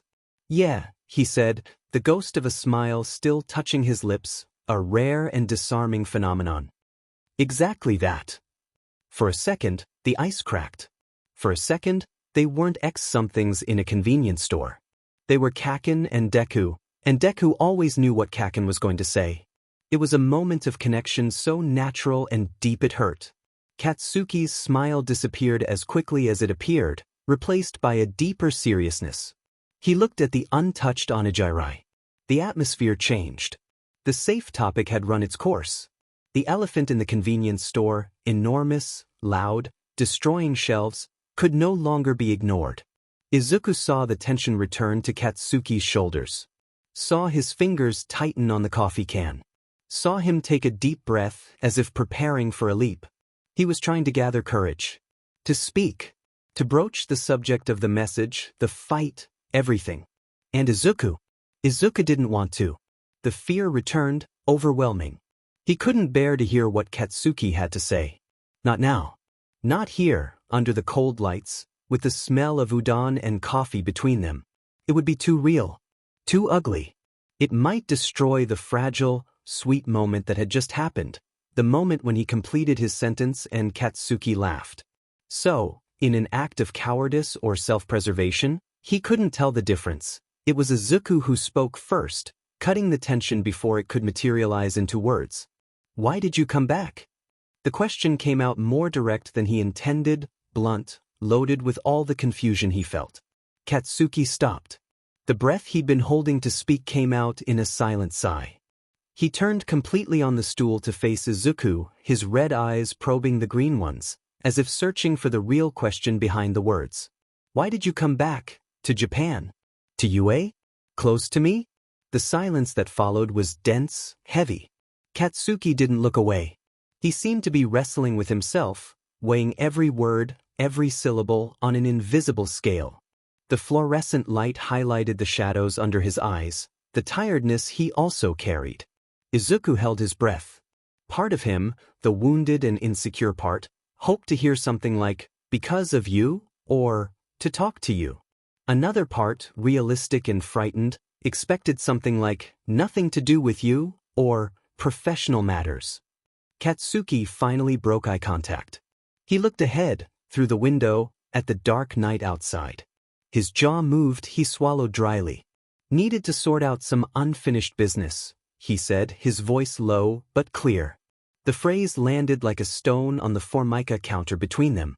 Unfinished business. It was a vague, impersonal word that could mean everything and nothing. It could include Izuku. It might not. Izuku felt an immediate, sharp relief, instantly followed by a disappointment so deep it made him sick. The relief came because Katsuki hadn't said something worse, hadn't opened the door to total conflict. The disappointment came because he hadn't said anything better. He hadn't said, "For you." The tiny, ridiculous hope he hadn't even admitted to himself, that Katsuki's return had a direct and meaningful connection to him, withered and died right. "Oh," was all Izuku could manage to say, his voice a breath. Katsuki looked at him again, quickly, as if seeking a reaction. He saw Izuku's face closing off, his eyes shifting to the bowl of cold udon. He opened his mouth as if to add something, explain, but seemed to think better of it. Instead, he finished the coffee in one gulp, crushed the can with a brusque motion, and picked up the onigiri. "Yeah," he said, getting up from the stool. His presence, now standing, seemed even larger, more dominant in the small store. He looked uncomfortable, anxious to leave that charged space. "I gotta go." Izuku just nodded, not looking up. Katsuki hesitated for a fraction of a second, his eyes fixed on the nape of Izuku's neck, the curve of his shoulders under the jacket. It seemed like he wanted to say something more, maybe a "see you" or a "take care." But the words didn't come. Instead, he just turned and started walking towards the door. The sound of his footsteps on the linoleum echoed in Izuku's empty heart. Unfinished business. The words spun in his mind, meaningless, without comfort. He was about to leave. The door would close, and Izuku would be alone there again, with his cold udon and his bitter disappointment. Then he stopped. Katsuki stopped at the door, his hand already on the handle. He didn't turn around, but his voice, lower now, laden with something Izuku couldn't decipher, frustration? Determination? Echoed in the quiet store. "Good night, Deku." And before Izuku could process, much less respond, the door opened, the bell chimed, and he was gone. Izuku sat still, looking at the empty space where Katsuki had been. The air seemed different, as if it had been SED out and then replaced. "Good night, Deku." Not Izuku. It was Deku. The childhood nickname, once an insult, then a code name, and now, what was it? A habit? A leftover taunt? A term of endearment in disguise? And unfinished business. What the hell was unfinished business? The clerk coughed discreetly, reminding Izuku he wasn't alone in the world. He looked at his bowl of udon, now a cold, unappetizing mass. His appetite had vanished completely. He got up, left the bowl and the tea bottle on the return counter, and left the store, the bell chiming behind him like a funeral bell. On the way home, the night air felt colder. The brief interaction burned in his mind, every detail being analyzed. Katsuki's laugh. The moment of connection. The question. The vague answer. The goodbye. Needed to sort out some unfinished business. The phrase was a labyrinth. Izuku could spend the whole night trying to find the exit, the hidden meaning. But the simplest truth, and perhaps the most painful, was that Katsuki hadn't given him a real answer. He had kept a wall up. He had come back yet. He was here. But the why remained closed territory. And somehow, that was worse than if he had said, "I didn't come back because of you." At least that would have been a clear rejection. This was a limbo. A torturous possibility left hanging in the air. When he entered his apartment again, the silence greeted him with an oppressive hug. He felt more alone than before he left. Because now, besides the memory of the fight and the ghost of the touch on his wrist, he had a new memory to torment him. The sound of Katsuki's rough laugh, the surprised glint in his red eyes, and the bitter taste of an answer that was no answer at all. Katsuki Bakugo had come back to sort out unfinished business. And Izuku Midoriya, whether he liked it or not, seemed to have just become the most complicated and urgent piece of it. The following 2 weeks slid over Mizudafu with the deceptive smoothness of a well-sharpened blade. For Izuku Midoriya, they were 14 days of meticulously constructed normality, a sandcastle built on the edge of a sea he refused to look at. The evasion strategy worked, perhaps because the universe, for once, decided to cooperate. There were no accidental encounters in hallways, no ghostly touches on wrists, no black and orange motorcycles at traffic lights that weren't his. The only physical reminder of the reunion was the ever-fainter echo of that single rough laugh, muffled by routine. Routine became his ally, his armor. Waking up, dressing in his teacher's blazer, strong coffee in the UA mug that had a crack in the saucer. Walking to school under the gray November sky. Classes. Explanations about force vectors and hero ethics. Smiles for students.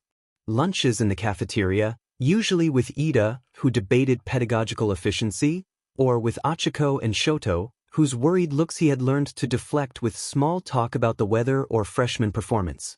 "You've been missing from missions, Izuku," Achiko commented one such afternoon, poking her curry with a fork. All Might's agency asked if you're on medical leave. "I'm not," he replied, smiling the calm smile he'd practiced in the mirror. "Just focusing on teaching. The end of the term is intense, and the students need it. And they need some quieter time." Shoto, across the table, watched him silently, his heterochromatic gaze hovering between caution and understanding. Quiet time is good. Until it stops being quiet and becomes just emptiness. You have to be careful of the line, Midoriya. "I am," Izuku assured, and in that moment he even believed it. "I just need to get my mind in order. Then I'll be back." It was the truth, but not all of it.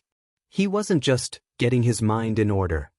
He was conducting a radical mental triage, putting everything related to Katsuki Bakugo in a safe, spinning the dial, and burying the key.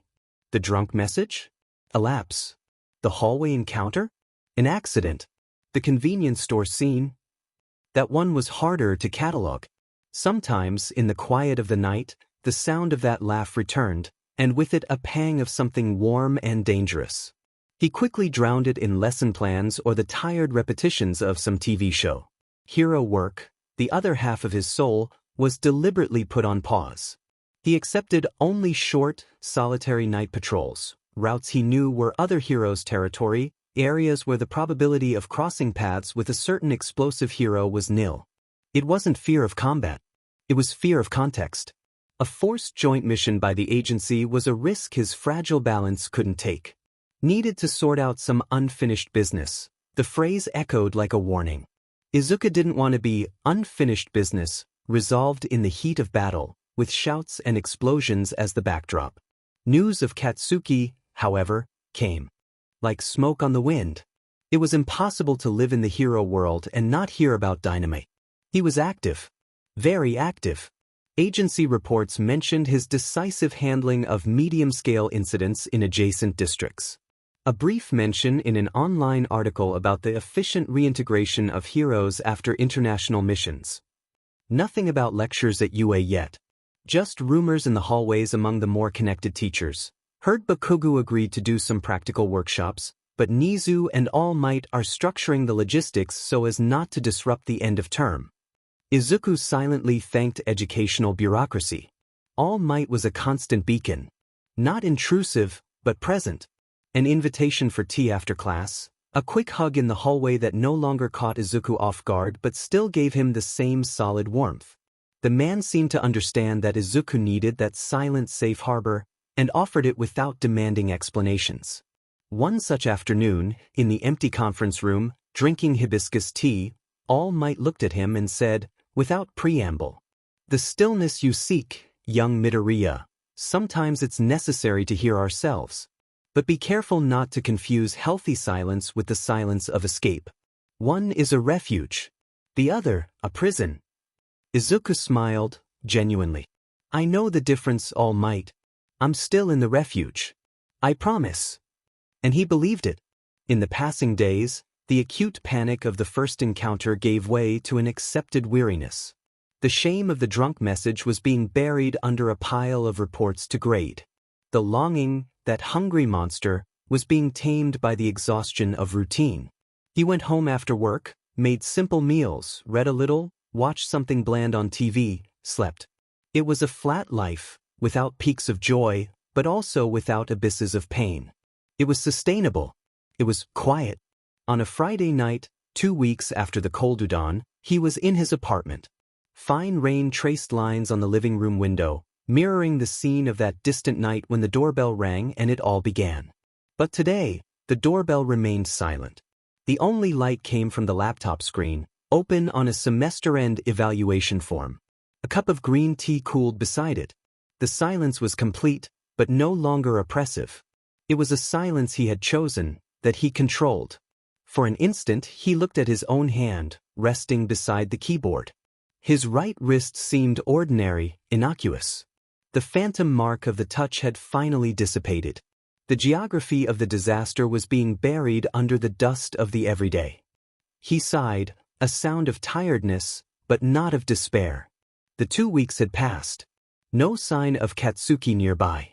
Only distant news of a hero doing his job. The sandcastle was still standing. The sea remained calm, withdrawn. Izuku Midoriya was, if not happy, in an acceptable state of peace. An armed, guarded peace, but peace in the end. It was the most he could aspire to. And on that rainy, silent night, with bureaucratic work before him and the memory of a paternal hug still warming his core, it seemed enough. He didn't know, of course, that calm is often the perfect prelude to the storm. That Katsuki Bakugu's unfinished business was a precision clock whose hands were approaching, without a sound, the moment of the alarm. And that the next chapter of his life wouldn't be written in the slow ink of routine, but in the explosive, passionate slide of a pursuit that had finally decided to step out of the shadows and run, chest open, after what it had always desired. But that was a problem for the next day. For the next week. For the next chapter. That night, there was only the rain, the cold tea, the fragile peace, and the belief that, perhaps, he could learn to live this way. The convenience store bell tinkled behind Katsuki like a metallic echo of his own flight, a sound that seemed to repeat endlessly in the vacuum of his mind. The night air, which before was just cool and mundane, now felt like a deliberate ice blade against his overheated skin, punishing him for his cowardice. Each step toward the motorcycle parked in the shadow was mechanical, driven by an internal engine of pure panic and a self-directed frustration so intense he could almost taste it on his tongue, mixed with the residue of the iced coffee he hadn't been able to savor. Idiot. Idiot. Idiot. The word hammered in his skull in rhythm with his steps, a cruel, syncopated percussion. He wasn't sure which of the two the insult was aimed at. Himself, for fleeing once again, even when his whole body, every instinctive fiber, screamed to stay? Izuku, for asking the question no one else would have the courage to ask, the question that pierced the fragile varnish of his new controlled persona? Or at the unfinished business, an answer so cowardly, so vague and profoundly inadequate that it now burned his tongue just to remember, as if he'd ingested acid? He reached the bike, a black and orange machine that seemed like a sculptural extension of his own contained aggression. But there, at that moment, it was just a cold, silent object, a mute sentinel of his failure. His hands, usually so firm, so sure, so capable of controlling explosions that could level buildings, trembled slightly as he pulled the keys from his jacket pocket. The tremor was minuscule, imperceptible to anyone but him, but to Katsuki it was a sign of weakness as glaring as a scream. The image was seared behind his eyes, a persistent negative, Izuku, under the harsh, white light of the fluorescence that washed away any color, on a ridiculous plastic stool, hunched over a bowl of udon that was probably already cold, congealed in its own grease. That simple, old hoodie, the dark green hair more disheveled than usual, as if he'd run his hands through it countless times in stress. And the shoulders carrying a weight that Katsuki knew so well, a weight that he himself, with his own hands and words, had helped place there, brick by brick of hurt. He jammed the key into the ignition, the cold metal a shock against his damp palm, but didn't turn it. He rested his hands on the handlebars, feeling the rough texture of the rubber, and let his forehead drop to touch his interlaced hands. The helmet, hanging on the handlebar, swayed slightly. He closed his eyes, seeking darkness, but found only the high-definition projection of his own disaster. And what he saw wasn't the scene he just left, the awkward departure, the "good night, Deku," tossed like a desperate throw, but a variation of it, a deviation from reality so vivid and detailed it pierced him with the force of a chest explosion, without fire, just pure impact. In this fantasized scene he didn't get up, didn't speak of unfinished business. They remained seated, side by side, the half-meter distance between the stools evaporating like smoke under the heat of the moment. The bored clerk vanished, the store emptied, the outside world dissolved. And under the counter, in that private, secret space, his hand, the same one that weeks before had held his wrist in the UA hallway with a mix of authority and desperation, slid cautiously across the cold. The fingers, which knew only the language of controlled violence, of lethal precision, found Izuku's. Those long fingers, marked by a constellation of old and new scars, always moving, always analyzing, always anxious. And then, in an act of courage that real life, the thorny, trap-filled reality, denied him so cruelly, he interlaced them. The image was so vivid he could almost feel it. Izuku's softer skin against the calloused roughness of his. The accelerated pulse, the fast, vital heartbeat thumping against his palm like the flapping of a trapped bird. The quietness that would settle between them wouldn't be of awkwardness or fear, but of a deep understanding, so deep it would dispense with words. Then, perhaps, Izuku would raise that green gaze, not full of the fear and exhausted weariness he'd seen, but with a flash of that old, pure, disarming admiration, mixed with something new, warmer, more intimate, something that belonged only to them, born in the cracks of all their fights and having survived. They could be like this. The phrase, not a thought but a visceral realization, was a direct, unannounced punch to the solar plexus. It stole his breath right there, in the dark street, leaning against the cold bike. It was obvious. It was devastating. It was the irrefutable proof of how he had ruined everything. If I hadn't been the biggest a-hole in the universe. The fight. Always, inevitably, his thoughts were dragged to that vortex, the epicenter of the entire disaster, the emotional singularity where their universe collapsed. He couldn't think of it without a wave of self-hatred so intense, so absolute, it was a physical experience. A lead weight in his stomach, a tightness in his chest, a buzz of shame in his ears. The words he'd said that night weren't just angry, weren't just the heat of the moment. They were poisonous. Forged in the darkest forge of his fear, sharpened with the precision of someone who knows the target better than themselves, and designed to cause maximum damage in the place he knew Izuku was most vulnerable. In his infinite kindness, his excessive care, his heart that he offered, naked and open, as an act of faith. Suffocating. The word that turned Izuku's attention, his anchor in so many storms, into something oppressive, a shackle. Pity. The word that reduced the most stubborn love he'd ever known into something small, condescending, disgusting. Veiled condemnation. The most unfair accusation, the one that painted Izuku's concern as a silent judgment, a secret belief in his weakness. At the time, blinded by rage and panic, he'd believed that. Or at least, forced himself to believe. He believed Izuku's constant concern was a shadow disguised as contempt, a sophisticated way of keeping him small, of reminding him he would always need someone. It was a narrative his pride, bleeding and wounded, eagerly accepted. But the months of forced solitude, the deafening void of physical and emotional distance, had acted as a cruel, slow solvent. They dissolved the thick ink of anger, the easy justification, and revealed the naked, ugly, unavoidable truth underneath. He was afraid. A primal fear, rooted in years of building himself as an impenetrable fortress. Fear of the overwhelming intensity of what he felt for Izuku. Fear that if he allowed himself to be cared for, if he allowed himself to need, if he allowed himself to be vulnerable, he'd be admitting a weakness that his carefully constructed identity based on invincibility and absolute self-sufficiency couldn't accommodate without cracking to the core. So, he attacked. He turned the purest, most stubborn, most real love he'd ever known because yes, even in the middle of confusion and rivalry, deep in his soul he'd always known, with an atavistic certainty, that it was love into a weapon. And aimed it directly at the exposed heart of the only boy who had ever loved him unconditionally. And it worked. Brilliantly. Izuku withdrew. The light in his eyes, that stubborn, resilient light that shone even in the worst moments, the worst defeats, that illuminated dark hallways and gave strangers hope, went out. Not all at once, but in a slow, painful fading that Katsuki witnessed in real time, paralyzed by his own monstrous pride. And Katsuki, the supreme coward, used that withdrawal, that devastation he himself caused, as the perfect excuse to do what he'd always done best when scared: flee. The transfer to Osaka, then the assignment in the United States, weren't brilliant career opportunities, coveted promotions. They were self-imposed exiles. Golden prisons where he could be the hero, the best, the invincible, far from the living, broken mirror that was Izuku Midoriya.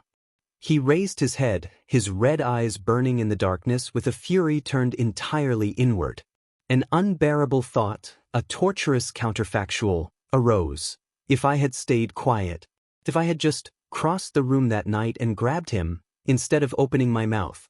If I had shown with a gesture, with a touch, what I couldn't say with words. If I had kissed him instead of spitting venom. The pain of the lost possibility was a twisted knife. It was then that another flashback, older and infinitely more painful precisely for being so full of genuine hope, of a future that seemed tangible, invaded his mind without permission, dragging him into a past that now seemed to belong to another life. Flashback: 3 weeks before the big fight. The air inside the jewelry store Aderna was quiet, laden with a discreet scent of polished wood and velvet. Soft, focused lights illuminated the display cases, making gold, platinum, and diamonds glitter like captive stars. Katsuki felt like a dinosaur in a fine china shop. Every movement of his seemed too big, too brusque, threatening to upset the precious balance of the place. Beside him, Eijiro Kirishima looked like a fish out of water multiplied by 10. The hero with the hardening quirk scratched the back of his neck, his expression a comic mix of bewilderment and discomfort, as if he were about to be accused of a crime. "Dude, seriously?" Kirishima whispered, lowering his head as if they were on an infiltration mission. "I don't know if I'm the right person to help you with this. My expertise is in things that break, preferably with heroic impact. Not in things that shine, are small, and cost more than my apartment." "Shut up and help me look," Katsuki growled in response, but his voice lacked the usual gruff ferocity. It sounded more like a disguised request. He was nervous. His hands, shoved deep into his leather jacket pockets, were damp with cold sweat. His eyes, usually so focused and analytical on a battlefield, scanned the rows of rings under the lights like a lost radar, not searching for a specific design, but feeling the symbolic, almost physical weight of each piece. It was uncharted territory, more intimidating than any villain. "It's for him, right?" Kirishima asked, his voice still a whisper, but laden with sudden, profound understanding. His scarlet eyes widened a bit. Katsuki didn't answer. He didn't need to. His silence, the way his shoulders got a little tenser, was confirmation enough. He nodded, an almost imperceptible movement, his eyes fixed on a pair of simple white gold wedding bands in a side display case. "Holy shit, Bobo," Kirishima breathed, a slow, amazed, and slightly dazed smile beginning to spread across his face. "You're really going all in. Like all in all in." "It's not going all in," Katsuki automatically retorted, defensive, but without the usual heat.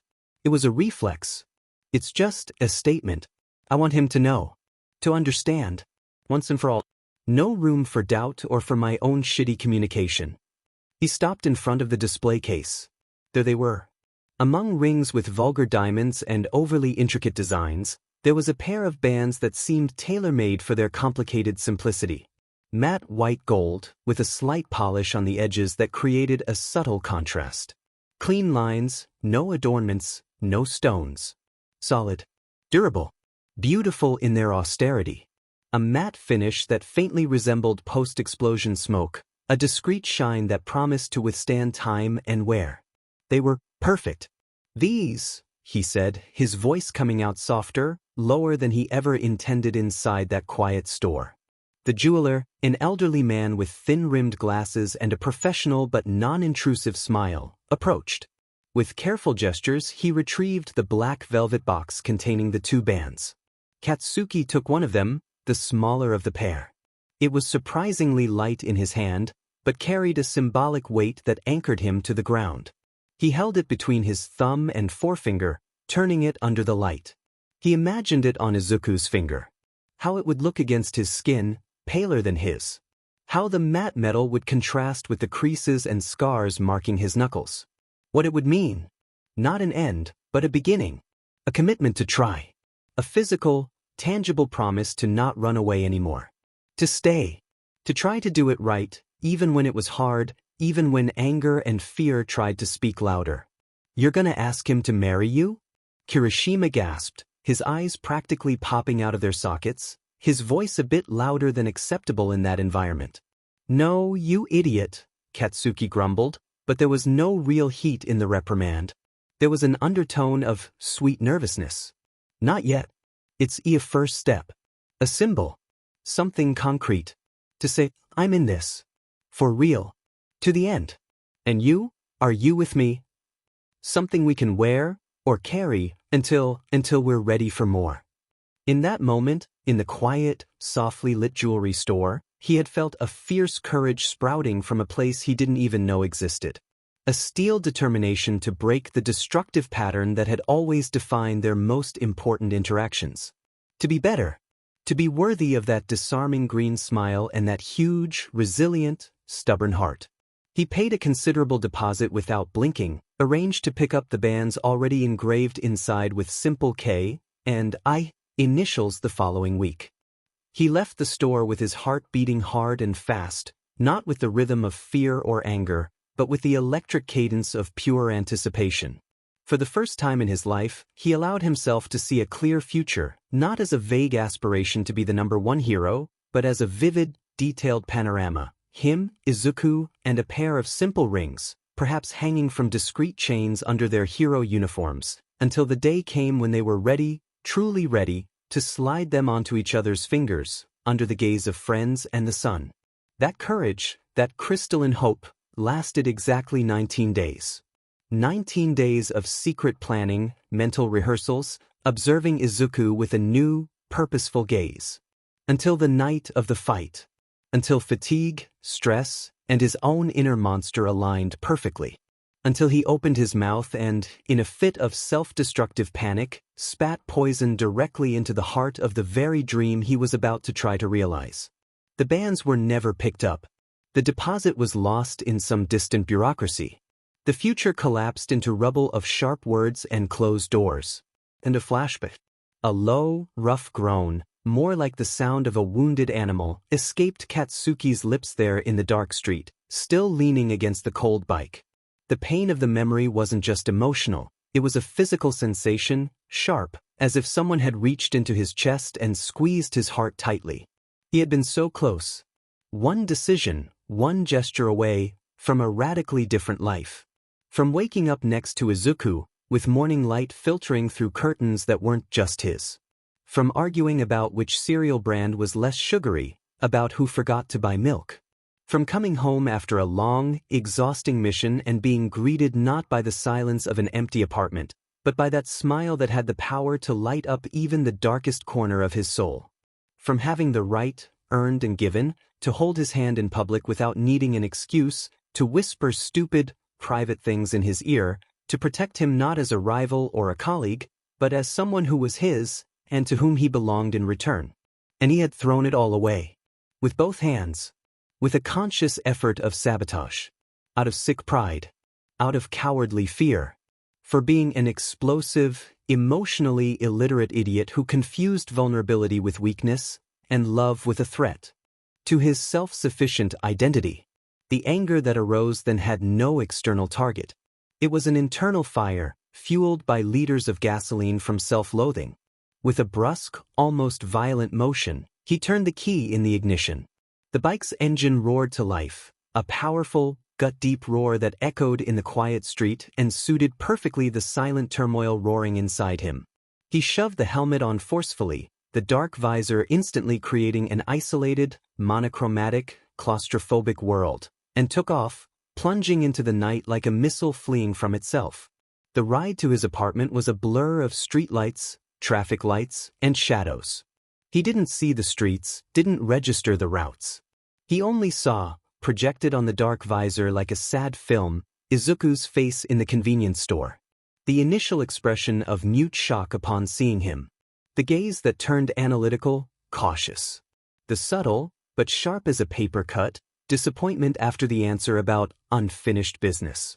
That final, oh, small, disappointed, defeated. The word echoed in his mind, a funeral bell. His apartment, when he finally arrived, was the living antithesis of Izuku's. Where Izuku's was cozy, a bit messy, full of books, hero memorabilia and a latent warmth of life, his was functional. Almost sterile.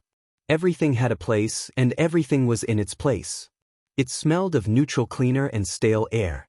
It was the space of someone who didn't spend much time at home, and when he did, didn't bother to leave marks. The door closed behind him with a soft, definitive click, isolating him from the world. The silence that enveloped him then was different from the loaded silence of the convenience store. This was an empty, amplified silence, laden only with the echo of his own demons, which now seemed to speak all at once, in accusatory unison. He tossed the keys and helmet onto a wooden chair by the entrance, the objects hitting with a dry noise that seemed obscenely loud. He walked to the kitchen, his footsteps echoing on the light wood floor. Opened the refrigerator, the cold blue light exploding in the room's gloom, only to stare at the almost empty shelves.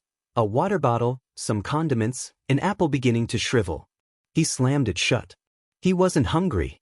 He had a void in the center of his chest, a dark, hungry gap that no food in the world could fill.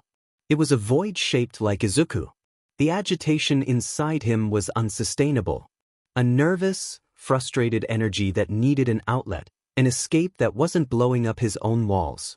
He needed to talk. Desperately needed someone who understood him, who saw the smoking mess he was and didn't flee in horror, who would pull him back to reality, however painful it was. There was only one person in the universe who met those criteria.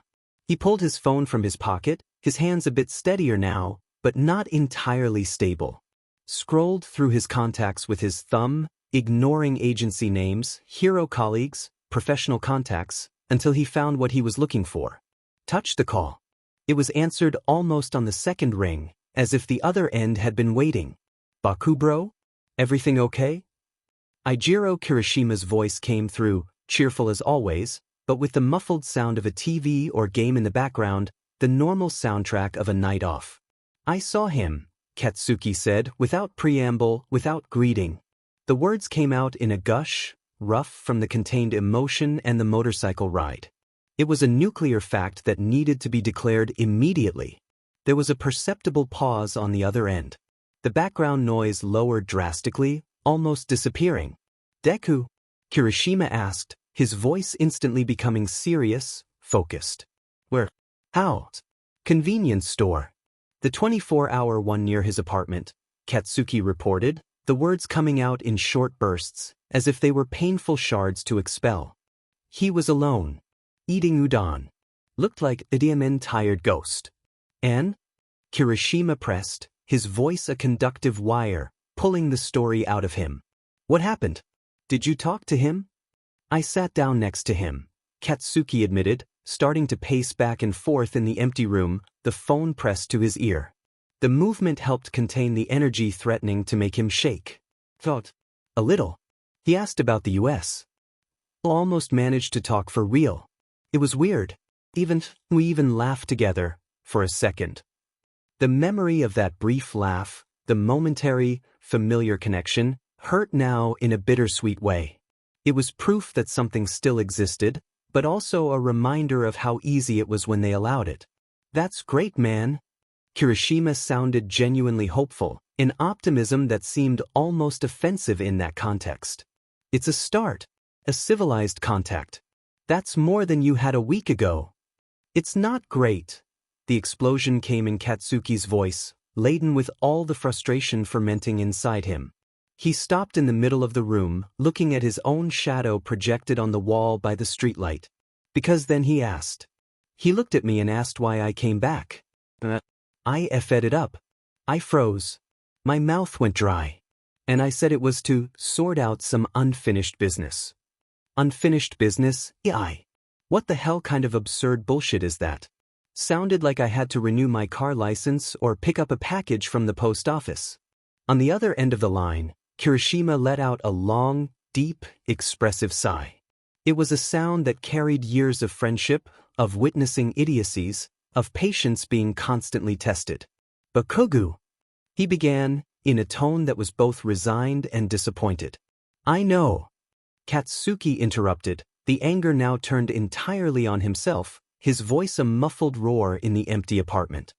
He ran a hand over his face, rubbing his skin as if he could erase Izuku's expression from there. "I know I was an idiot. I know I was a colossal piece of shit, of a rare and special category. I had the chance in my hand, the FING golden chance to start fixing things, to say something worthwhile, that meant something, and what do I blurt out? Unfinished business.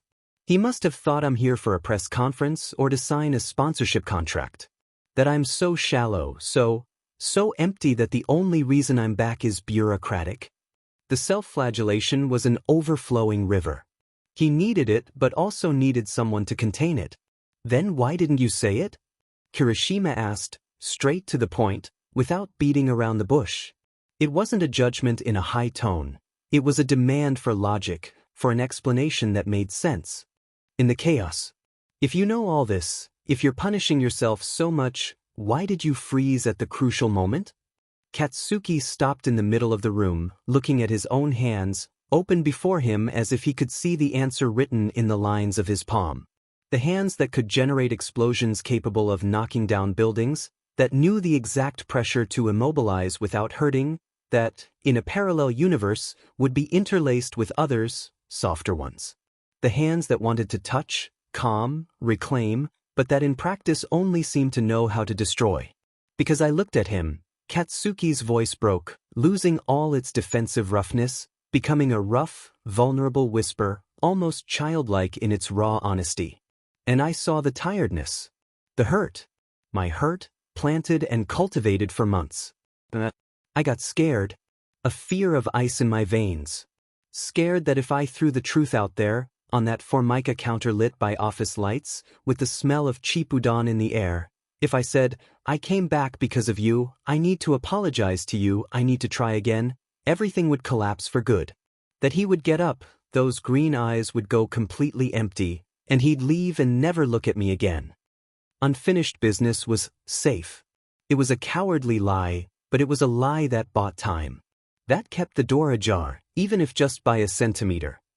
On the other end, the silence was heavy. Kirishima was processing.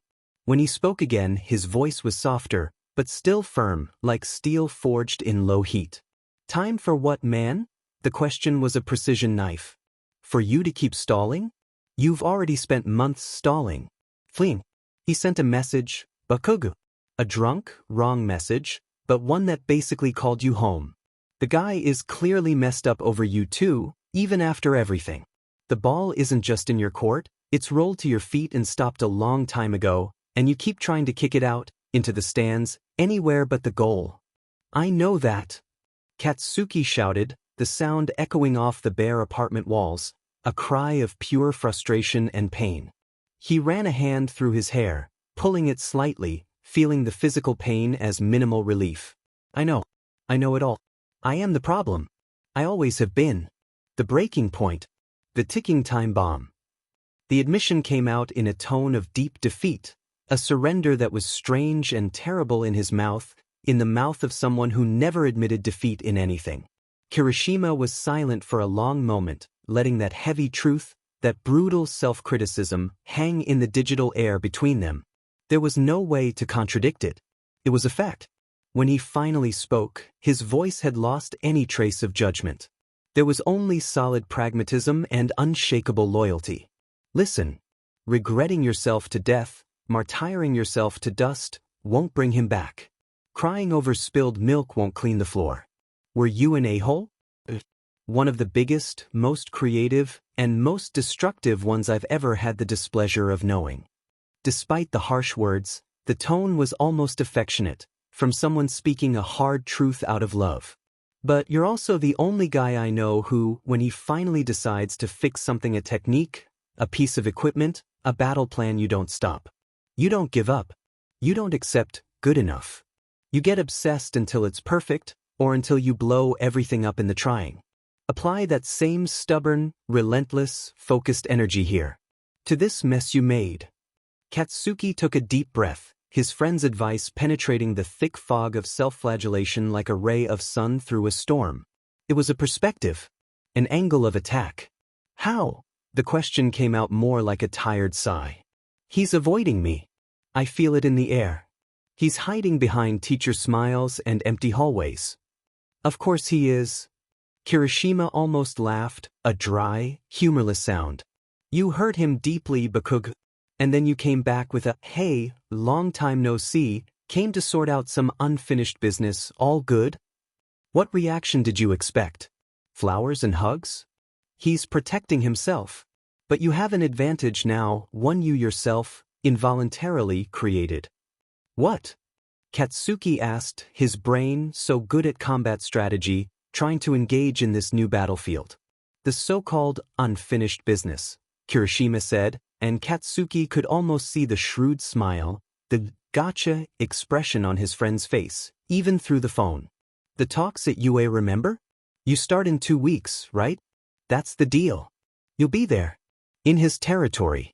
Not as a visitor, not as an intruder. As a collaborator. Every day or nearly. You'll have to look at his face, see him teach, see how he's naturally good and patient with others. You'll have to feel in your face, every single day, how much you're missing from his life, and him from yours. It'll be torture. It'll be agonizing. But it'll also be your chance. The prospect, described like that, was a nauseating mix of torture and opportunity. Katsuki felt a cold chill run down his spine at the same time that a heat of determination began to burn in his chest. It's your chance, Bakugo, Kirishima continued, his voice taking on a tone of fierce encouragement, the one he used before a tough fight. Not to be the hero Dynamite. To be a man. A man who messed up badly and is willing to crawl over broken glass to fix it. You don't need to make a love speech in the middle of the schoolyard, please don't do that. But you need to stop running. You need to be present. Physically, emotionally available. And when the right chance appears, and it will, because Deku is stubborn as hell, but he's not made of iron, hurts you grab it. Not with explosions. With words. And this time, you speak the truth. All of it. Even the part that hurts like hell to admit. Especially the part that hurts. Katsuki fell silent, processing. Kirishima's motivation was like a cold water bath followed by a therapeutic shock session. Shocking, painful, but invigorating. The shame and regret, those familiar monsters, were still there, growling in their corners. But now they had a counterpoint, a clear direction. A mission. Tactical objectives.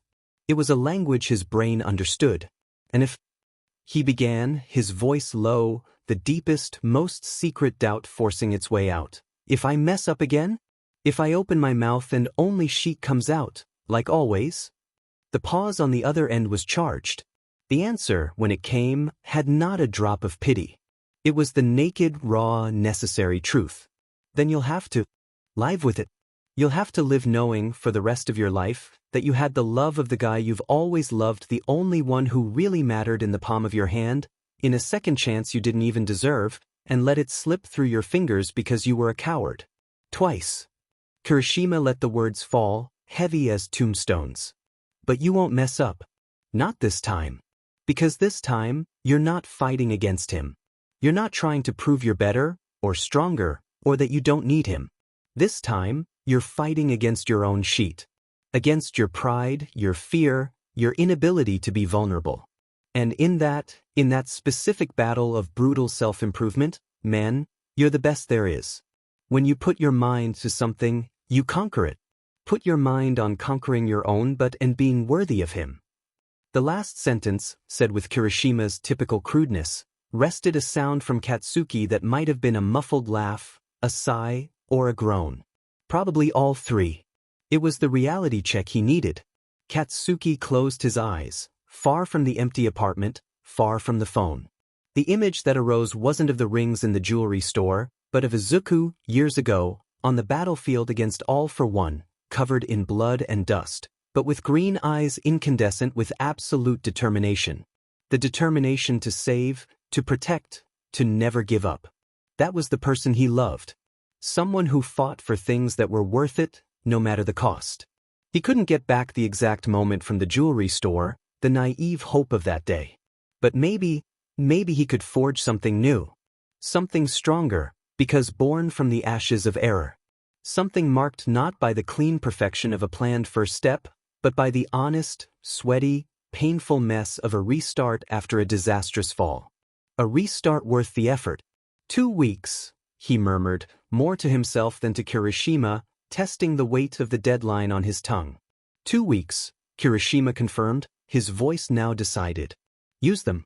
Not to plan a movie speech, full of pretty phrases that don't sound like you. Use them to prepare to be honest. Brutally honest, but with yourself first. And remember, he loves you too. It might be buried under a pile of hurt, fear, and distrust, but he loves you. That's your anchor. Your only real advantage. Don't let go. The call ended shortly after, with a simple okay, thanks, EI, from Katsuki and a we're in this together, man, from the other side. The silence that followed in the apartment was of a different kind. Still heavy, but no longer oppressive. It was the silence after a storm has passed, revealing a ravaged landscape, but now illuminated by a clear moon showing the way forward. Katsuki stood in the middle of the room, the phone still warm in his hand. The inner turmoil, that whirlwind of panic and frustration, hadn't disappeared, but had metamorphosed. It was no longer a directionless chaos, a destructive energy looking for a target. It was the nervous, concentrated, sharp energy of a soldier before a decisive battle. The anticipation of confrontation, the fear of failure, but also the ironclad determination to win, because this time victory meant everything. He walked to the living room window, slightly parting the blinds with his fingers. Outside, Mizudafu stretched out like a carpet of shimmering lights, a living, pulsating organism. Somewhere in that tangle of streets, buildings, and lives, Izuku was. In his cozy, lonely apartment. Perhaps already asleep. Perhaps awake, like him, turning over the same trivial conversation in his mind, chewing on the same disappointed "oh," trying to decipher the useless enigma of unfinished business. Katsuki looked at his own hand, open against the cold window pane. The hand that had exploded so many things. The hand that held and let go. The hand that, in an alternate reality, would slide a matte white gold ring onto another finger. Needed to sort out some unfinished business. The phrase now sounded like the most pathetic of euphemisms. A failed code for a much larger truth. The biggest piece of unfinished business is me, the final thought crystallized, not with the weight of paralyzing regret, but with the solidity of newly forged determination. The reconstruction project. The most important work. And I will resolve myself. I will fix what I broke, piece by piece, even if it takes a lifetime. I will show him, with actions, with presence, with patience, God, patience, that the love I have for him isn't just explosion and anger and blind impulse. That it's also permanence. It's coming back always. It's apologizing until my voice is hoarse and still continuing. It's waiting. It's staying. Until he believes. Until he feels safe enough to believe. It was an oath he made to himself, there, in the illuminated solitude of his functional apartment. An oath that no longer depended on rings in display cases, perfect plans, or fantasy scenarios. It depended only on him. On his courage, finally found not in the absence of fear, but in facing it. On not running away. On planting his feet on the ground of Gym Beta, the teacher's lounge, Izuku's life, and staying. The 2 weeks that followed wouldn't be a purgatory of passive waiting. They would be a forge. A PRD of intense preparation, where every day would be a battle against his own destructive instincts, a lesson in self-control, a step toward the person he needed to be worthy of a second chance he didn't even have yet. The deceptive calm was over. For Katsuki Bakugu, the storm, the careful, calculated, and passionate storm of winning back Izuku Midoriya was officially declared. And he, with his heart beating a war rhythm in his chest and his eyes fixed on the city lights that held his treasure, did not intend to come out of it without winning. Or, at the very least, without fighting with everything he had, to his last breath.